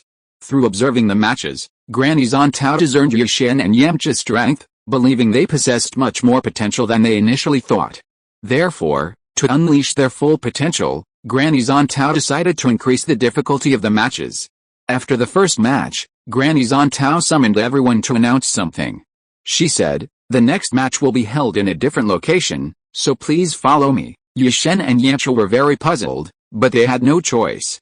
Following Granny Zantao's instructions, they followed her and her retinue to another location. Yi-Shen and Yamcha followed Granny Zontao for about 10 minutes until they arrived at the new venue. Upon arriving, they smelled a strange odor. Colin, covering his nose, said to Yi-Shen, "Yi-Shen, can you smell something here?" Yi-Shen took a deep breath and indeed found a very indescribable smell in the air. At this moment, Yamcha added with a complaint. Chapter 546 The Mummy. "Yes, I smelled that too. It's really strange, a bit smelly. What kind of place is this? How can it smell like this?" Yi-Shen was also puzzled. He could only shake his head, because this wasn't his territory, so he couldn't answer these questions. At this moment, Granny Zon appeared beside Yi-Shen and the others. Granny Zon had overheard the young people's conversation. She explained to Yi-Shen and the others, "Young people, it seems you have a very keen sense of smell. You smelled it so quickly. There's a strange smell here. To be honest, this place is called the Devil's Toilet." Yamcha pinched his nose in disbelief, looking disgusted. "What? You actually arranged the competition venue in a toilet? And a devil's toilet? What the hell is that?" Granny Zontao pretended to be profound and mysterious, looking very dismissive. She continued to explain to Yi-Shen and the others. "You don't understand, do you? There's a stage here that's perfect for the competition. Do you see them? Those two statues?" Yi-Shen looked in the direction Granny Zontao was pointing, and sure enough, he saw two very tall stone statues. The very clever Yi-Shen hadn't yet grasped what Granny Zontao was trying to say. Because in his mind, a stage must be square and flat. But these statues were just large. How could they be a stage for the competition? Yi-Shen very humbly asked Granny Zontao. "Granny, I'm a junior and I'm stupid. I really can't see how those two statues can become the stage for the next competition," Granny Zontao replied. "Young man, look." As Granny Fortune Teller spoke, she reached out and pressed a button on the wall. At that moment, the two enormous statues changed, and terrifying tongues emerged from their mouths. Everyone present was shocked by this sight. Yamcha and Cooling, in particular, had never seen such an ingenious mechanism, let alone one where tongues could actually protrude from the statues. Granny Fortune Teller walked to the front of the group and stood in a prominent position, saying, "Everyone, please be quiet and listen to the next competition. The two competitors will compete on the tongues of these two different statues. Whoever falls from these tongues will be completely obliterated." Granny Fortune Teller's words were terrifying, and everyone looked down at the statues. It turned out that the two statues were suspended in midair. If one fell, they would be met with a bottomless abyss. Therefore, if they fell, they would surely die, and their bodies would be lost forever. Many of them were terrified and hoped they wouldn't participate in the competition, because the consequences of losing would be extremely tragic. Yi-Shen, Yamcha, and Kirin whispered among themselves about who should play in the next match. After their discussion, they decided that Yamcha would play in the first match. At the same time, Granny Fortune Teller began to announce the opponent for the next match. Granny Fortune Teller announced to everyone, "Next is the second match of the official competition. I will be sending out a mummy." Every time Granny Fortune Teller sends out a very strange person, or rather, deliberately, not a real person, so everyone was very surprised when they heard this news, especially when the mummy appeared. It made everyone present even more frightened. It turned out that this mummy lived up to its name. Its body was covered with bandages and gauze, and it looked very terrifying. Even the well-informed Kirin and Yamcha felt their hair stand on end and their bodies go cold after seeing it.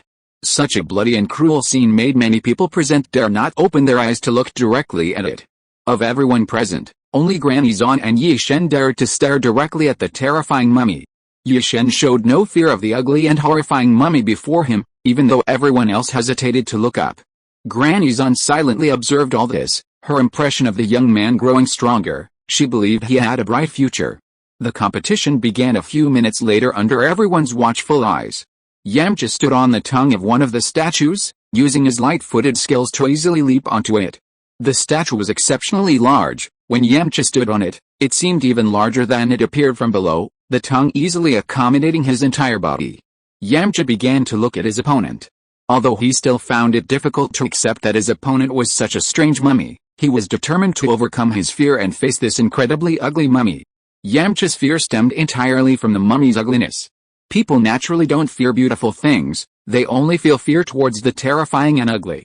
Yamcha took this match extremely seriously, feeling he should contribute to Yi-Shen's cause.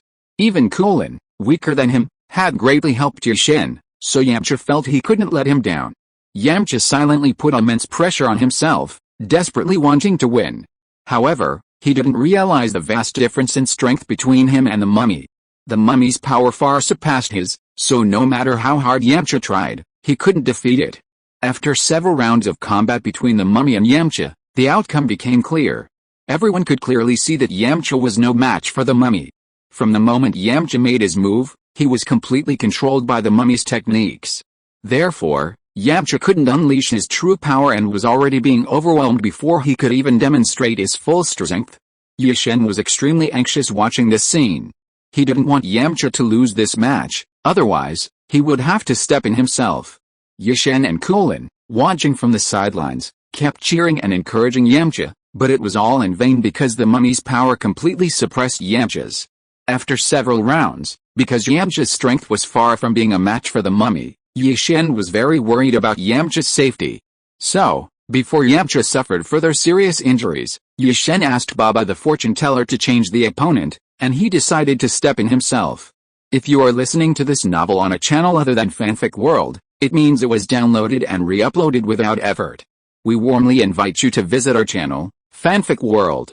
There you will find the original version of this story and many other novels of various genres. We look forward to seeing you dive into a world of incredible novels.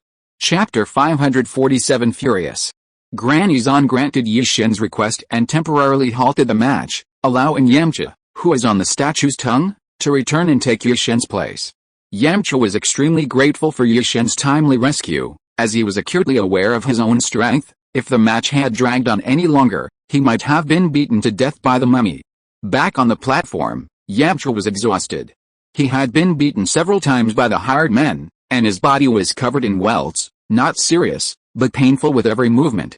Yashin stared intently at the platform, calmly and effortlessly using his strength to reach the giant statue's tongue and stand firmly upon it. A kingly aura emanated from Yashin as he calmly looked at his opponent, the mummy. Since drinking the holy water, Yashin's strength had increased significantly, but the feeling of not finding a worthy opponent after such a powerful boost had been frustrating. He longed to encounter a true rival, to have a proper contest, to further improve his abilities. After Yashin stepped onto the statue's tongue, he maintained his composure, refraining from making the first move. He waited for his opponent to attack, believing that he should adopt a wait-and-see approach to the contest. This would allow him to find his opponent's weakness. In fact, the more the attacker initiates an attack, the more likely they are to expose their weaknesses. Yashin cleverly avoided this vulnerability. It was precisely because of this state of mind that he felt confident in his abilities. He now clearly understood a small detail that only he himself had grasped, an opportunity his opponent hadn't yet discovered. Therefore, he felt this method was currently very useful. However, he couldn't be sure how much of this method could be used at this moment. For the time being, he felt that maintaining this state was sufficient. Because in this way, regardless of whether the mummy later discovered this situation, he had already gained a significant advantage. Therefore, regardless of how things develop later, he is currently in a superior position. So when Yashin entered the arena, he didn't immediately display any particular stance or move. He believed that as long as he maintained this state, the mummy wouldn't be able to find any weakness in him. Yashin, are you sure your method will work?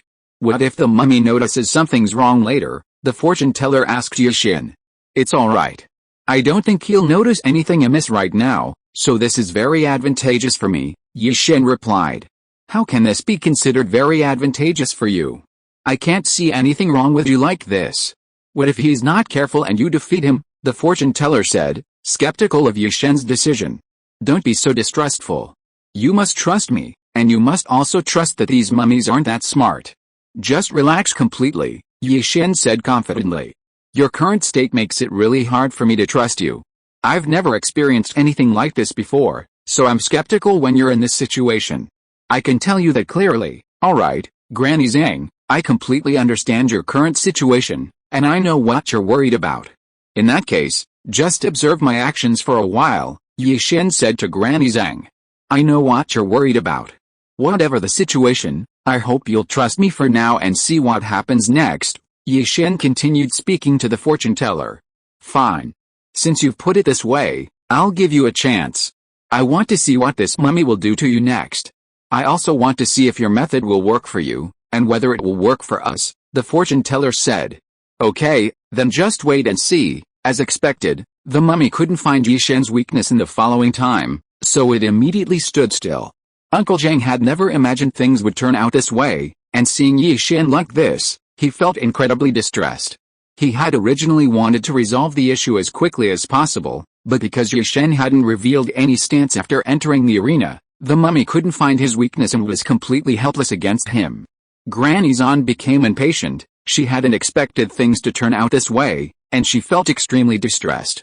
Therefore, she began to try various methods to get Yi-Shen to move, but she hadn't anticipated that Yi-Shen's energy was so strong that no matter what she tried, she couldn't see any energy blocking stance. So eventually, even the mummy stood still, not moving at all, which made Granny Zan furious. She had never imagined the outcome would be like this, so, you can imagine how upset he was. He secretly vowed to teach Yi-Shen a lesson, and he was completely impatient. He immediately ordered the mummy to attack Yi-Shen. What are you all standing there for? Attack him now. You must defeat him no matter what, leaving him no chance of survival, the fortune teller said angrily. Looks like some people are really fed up. I never thought you'd be so impatient. This makes me incredibly happy, Ruo said, feeling quite pleased with herself. Is that so? You're already gloating over this one thing? Let me tell you, there's much more to come. Do you think this is the end of it? The fortune teller said to Yi-Shen. Chapter 548 Miracle. Whatever you do to me later, so what? For now, I'm in a superior position. What can you do to me? Yi-Shen said to Granny Ruo Zan with even more gloating. You're quite capable, but who will ultimately prevail is uncertain. So, I advise you to be careful, Granny Zan cautioned Yi-Shen. I advise you not to be too happy too soon. If I keep quiet later, you'll be in trouble, Granny Zan continued. Then bring it on. Let me see just how powerful you really are, Yi-Shen said bluntly to Granny Zan. You bunch of mummies, hurry up and follow the Yi-Shen and deal with him properly. He's your target. The fortune teller was furious as she spoke to the group of mummies in front of her. I see this is all you're good for, Yi-Shen said to the fortune teller in front of him, venting your anger on a group of mummies. So what? It's better than you fighting alone like this, Granny's Hanto said to Yi-Shen. Then, after secretly playing with the mummies, Granny's Hanto had them attack Yi-Shen directly. Yi-Shen initially dodged, but eventually, he had no choice but to attack. When Yi-Shen saw the mummies attacking him, although he dodged several times, he suddenly realized he shouldn't have been alone. He had already learned a trick. If he made any move, the mummies would discover his location. So now, he should repeat his previous actions, no movement whatsoever. Only in this way could he avoid being discovered and attacked by the mummies. Therefore, after dodging a few times, he said nothing more. Because she knew that only in this way could she be safe, she stood still to prevent the mummies from noticing her movements. However, although Yi-Shen had stopped dodging, the group of mummies attacked without any discernible pattern, resulting in Yi-Shen being hit several times. Because of these blows, his body was injured, and he collapsed to the ground.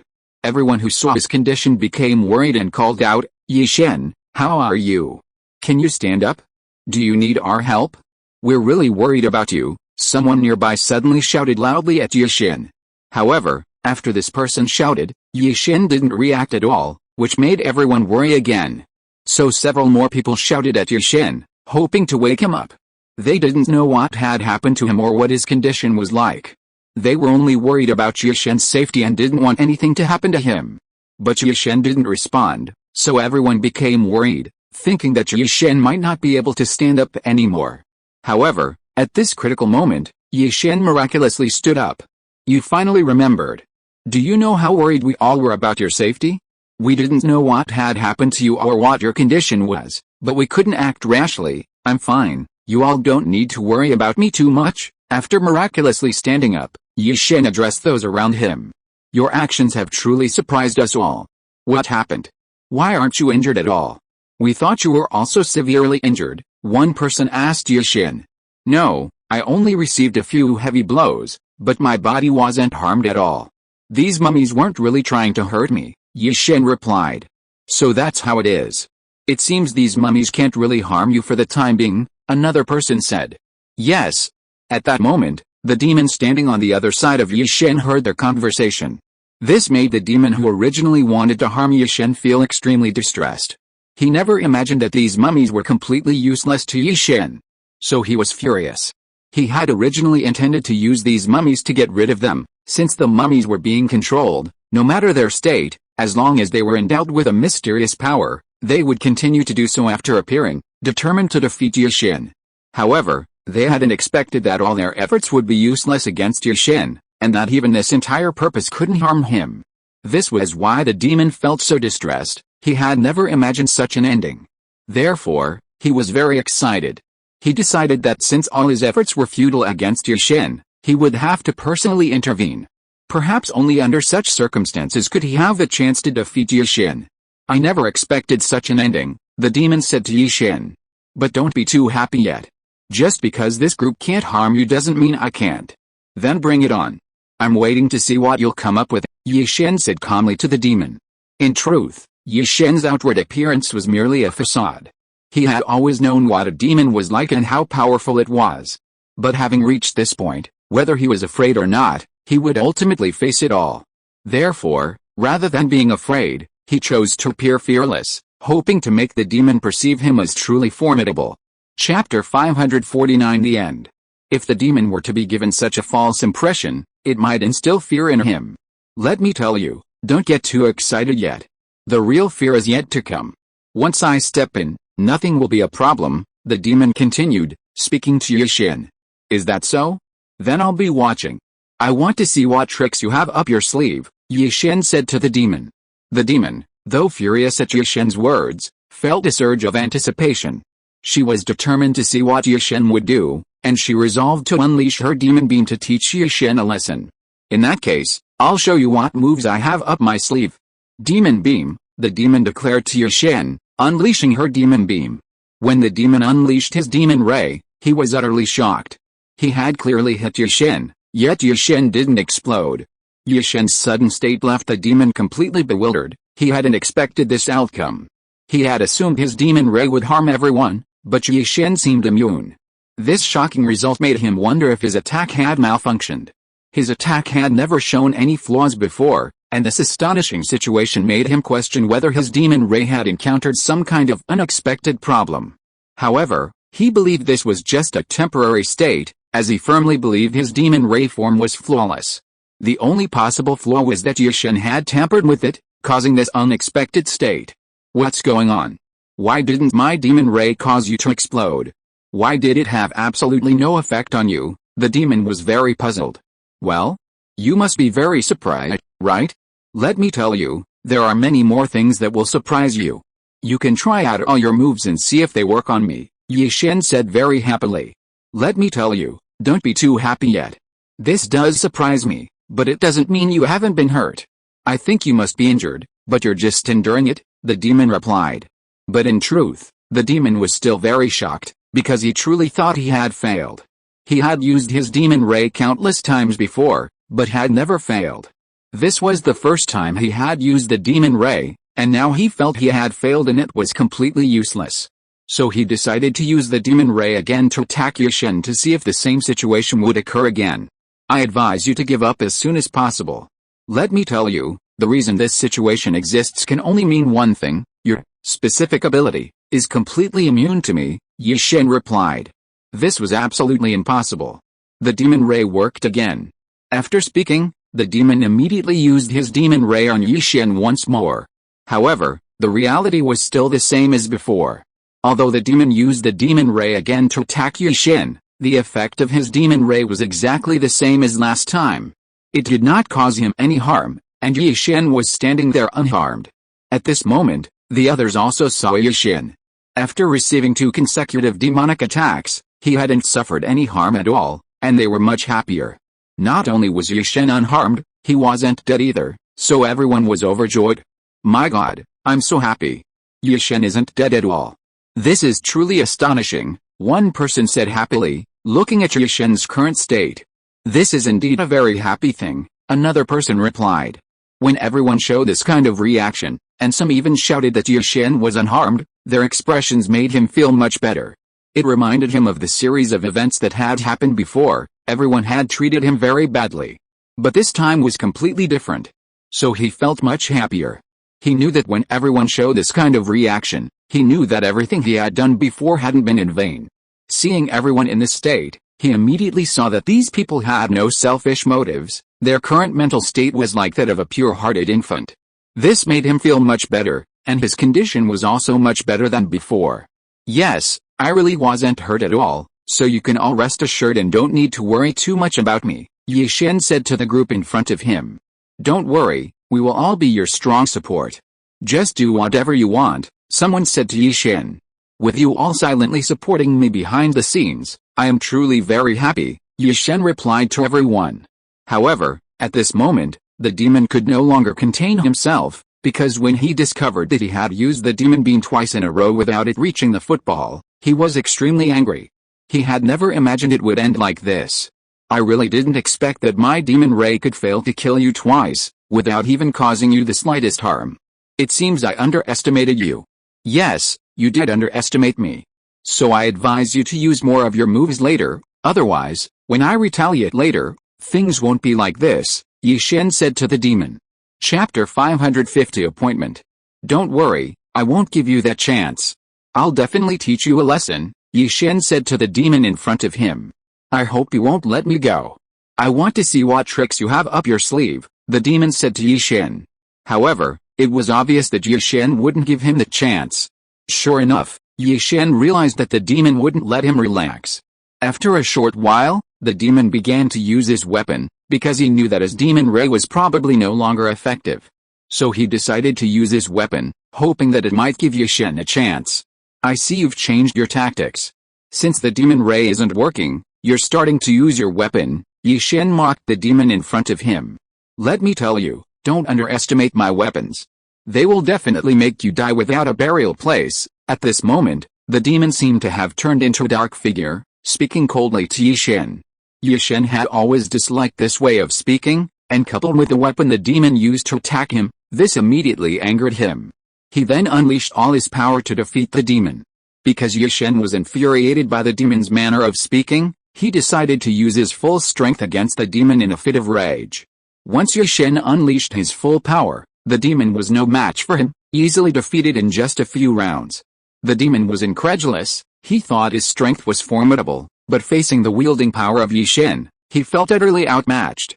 The only thing the demon felt fortunate about was that his defeat wasn't particularly humiliating. After Yi-Shen finally finished speaking to the demon, he mocked him, saying, "You always thought you were incredibly powerful, didn't you? How do you feel now?" The demon was speechless, utterly at a loss for words, because he felt utterly humiliated. Devilman was badly beaten by Yi-Shen, and he was carried off the stage in disgrace by several people.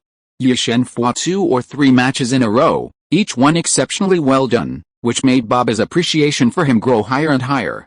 There was no rest time after each match, and this high-intensity competition made Yi-Shen feel slightly tired, but it was within his capacity, because after so many experiences, Yi-Shen's physical strength had become exceptionally strong.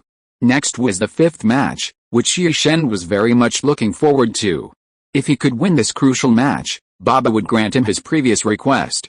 Yi-Shen's biggest concern was the Dragon Radar, because the Dragon Radar was not working properly, which had prevented him from making any progress in finding the Dragon Balls for so many days, so Yi-Shen was very worried. Yi-Shen felt greatly encouraged, and he brought all his confidence and spirit to this final match. Yi-Shen stood confidently on the stage, waiting for Baba to send out the 5th warrior to meet his challenge. During the wait, Yi-Shen was extremely curious about what kind of expert the 5th warrior was, to be ranked 5th to perform. After accepting the appointment from Granny Zan, the 5th warrior stepped onto the stage. Yi-Shen watched as the 5th warrior walked onto the stage, but this 5th warrior wore a mask, making it impossible to see his appearance. He could only vaguely discern that he was quite old. The mask on the 5th warrior's face completely attracted Yi-Shen's attention. Because what kind of mystery would make this 5th warrior wear a mask even during the competition, and not remove it? Yi-Shen couldn't guess why Granny Zan had arranged it this way, why the 5th warrior was such an old man. However, Yi-Shen didn't question Granny Zan's intentions. Since Granny Zan had arranged it this way, there must be a reason, and Yi-Shen didn't dare to underestimate this elderly opponent. In the final round of the competition, the two opponents stood on the stage and bowed to each other very politely. Then the competition officially began. Because Yi-Shen desperately wanted to win this match, he made the first move to save time and end it quickly. Although Yi-Shen had tried his best not to underestimate his opponent's strength, his opponent's power still surprised him. Yi-Shen's attack speed was exceptionally fast, yet his opponent easily dodged each attack, which astonished Yi-Shen. The more evenly matched the opponent, the more their true strength was unleashed. Yi-Shen always needed such powerful opponents to fight, because only then could he clearly see how much power he still possessed.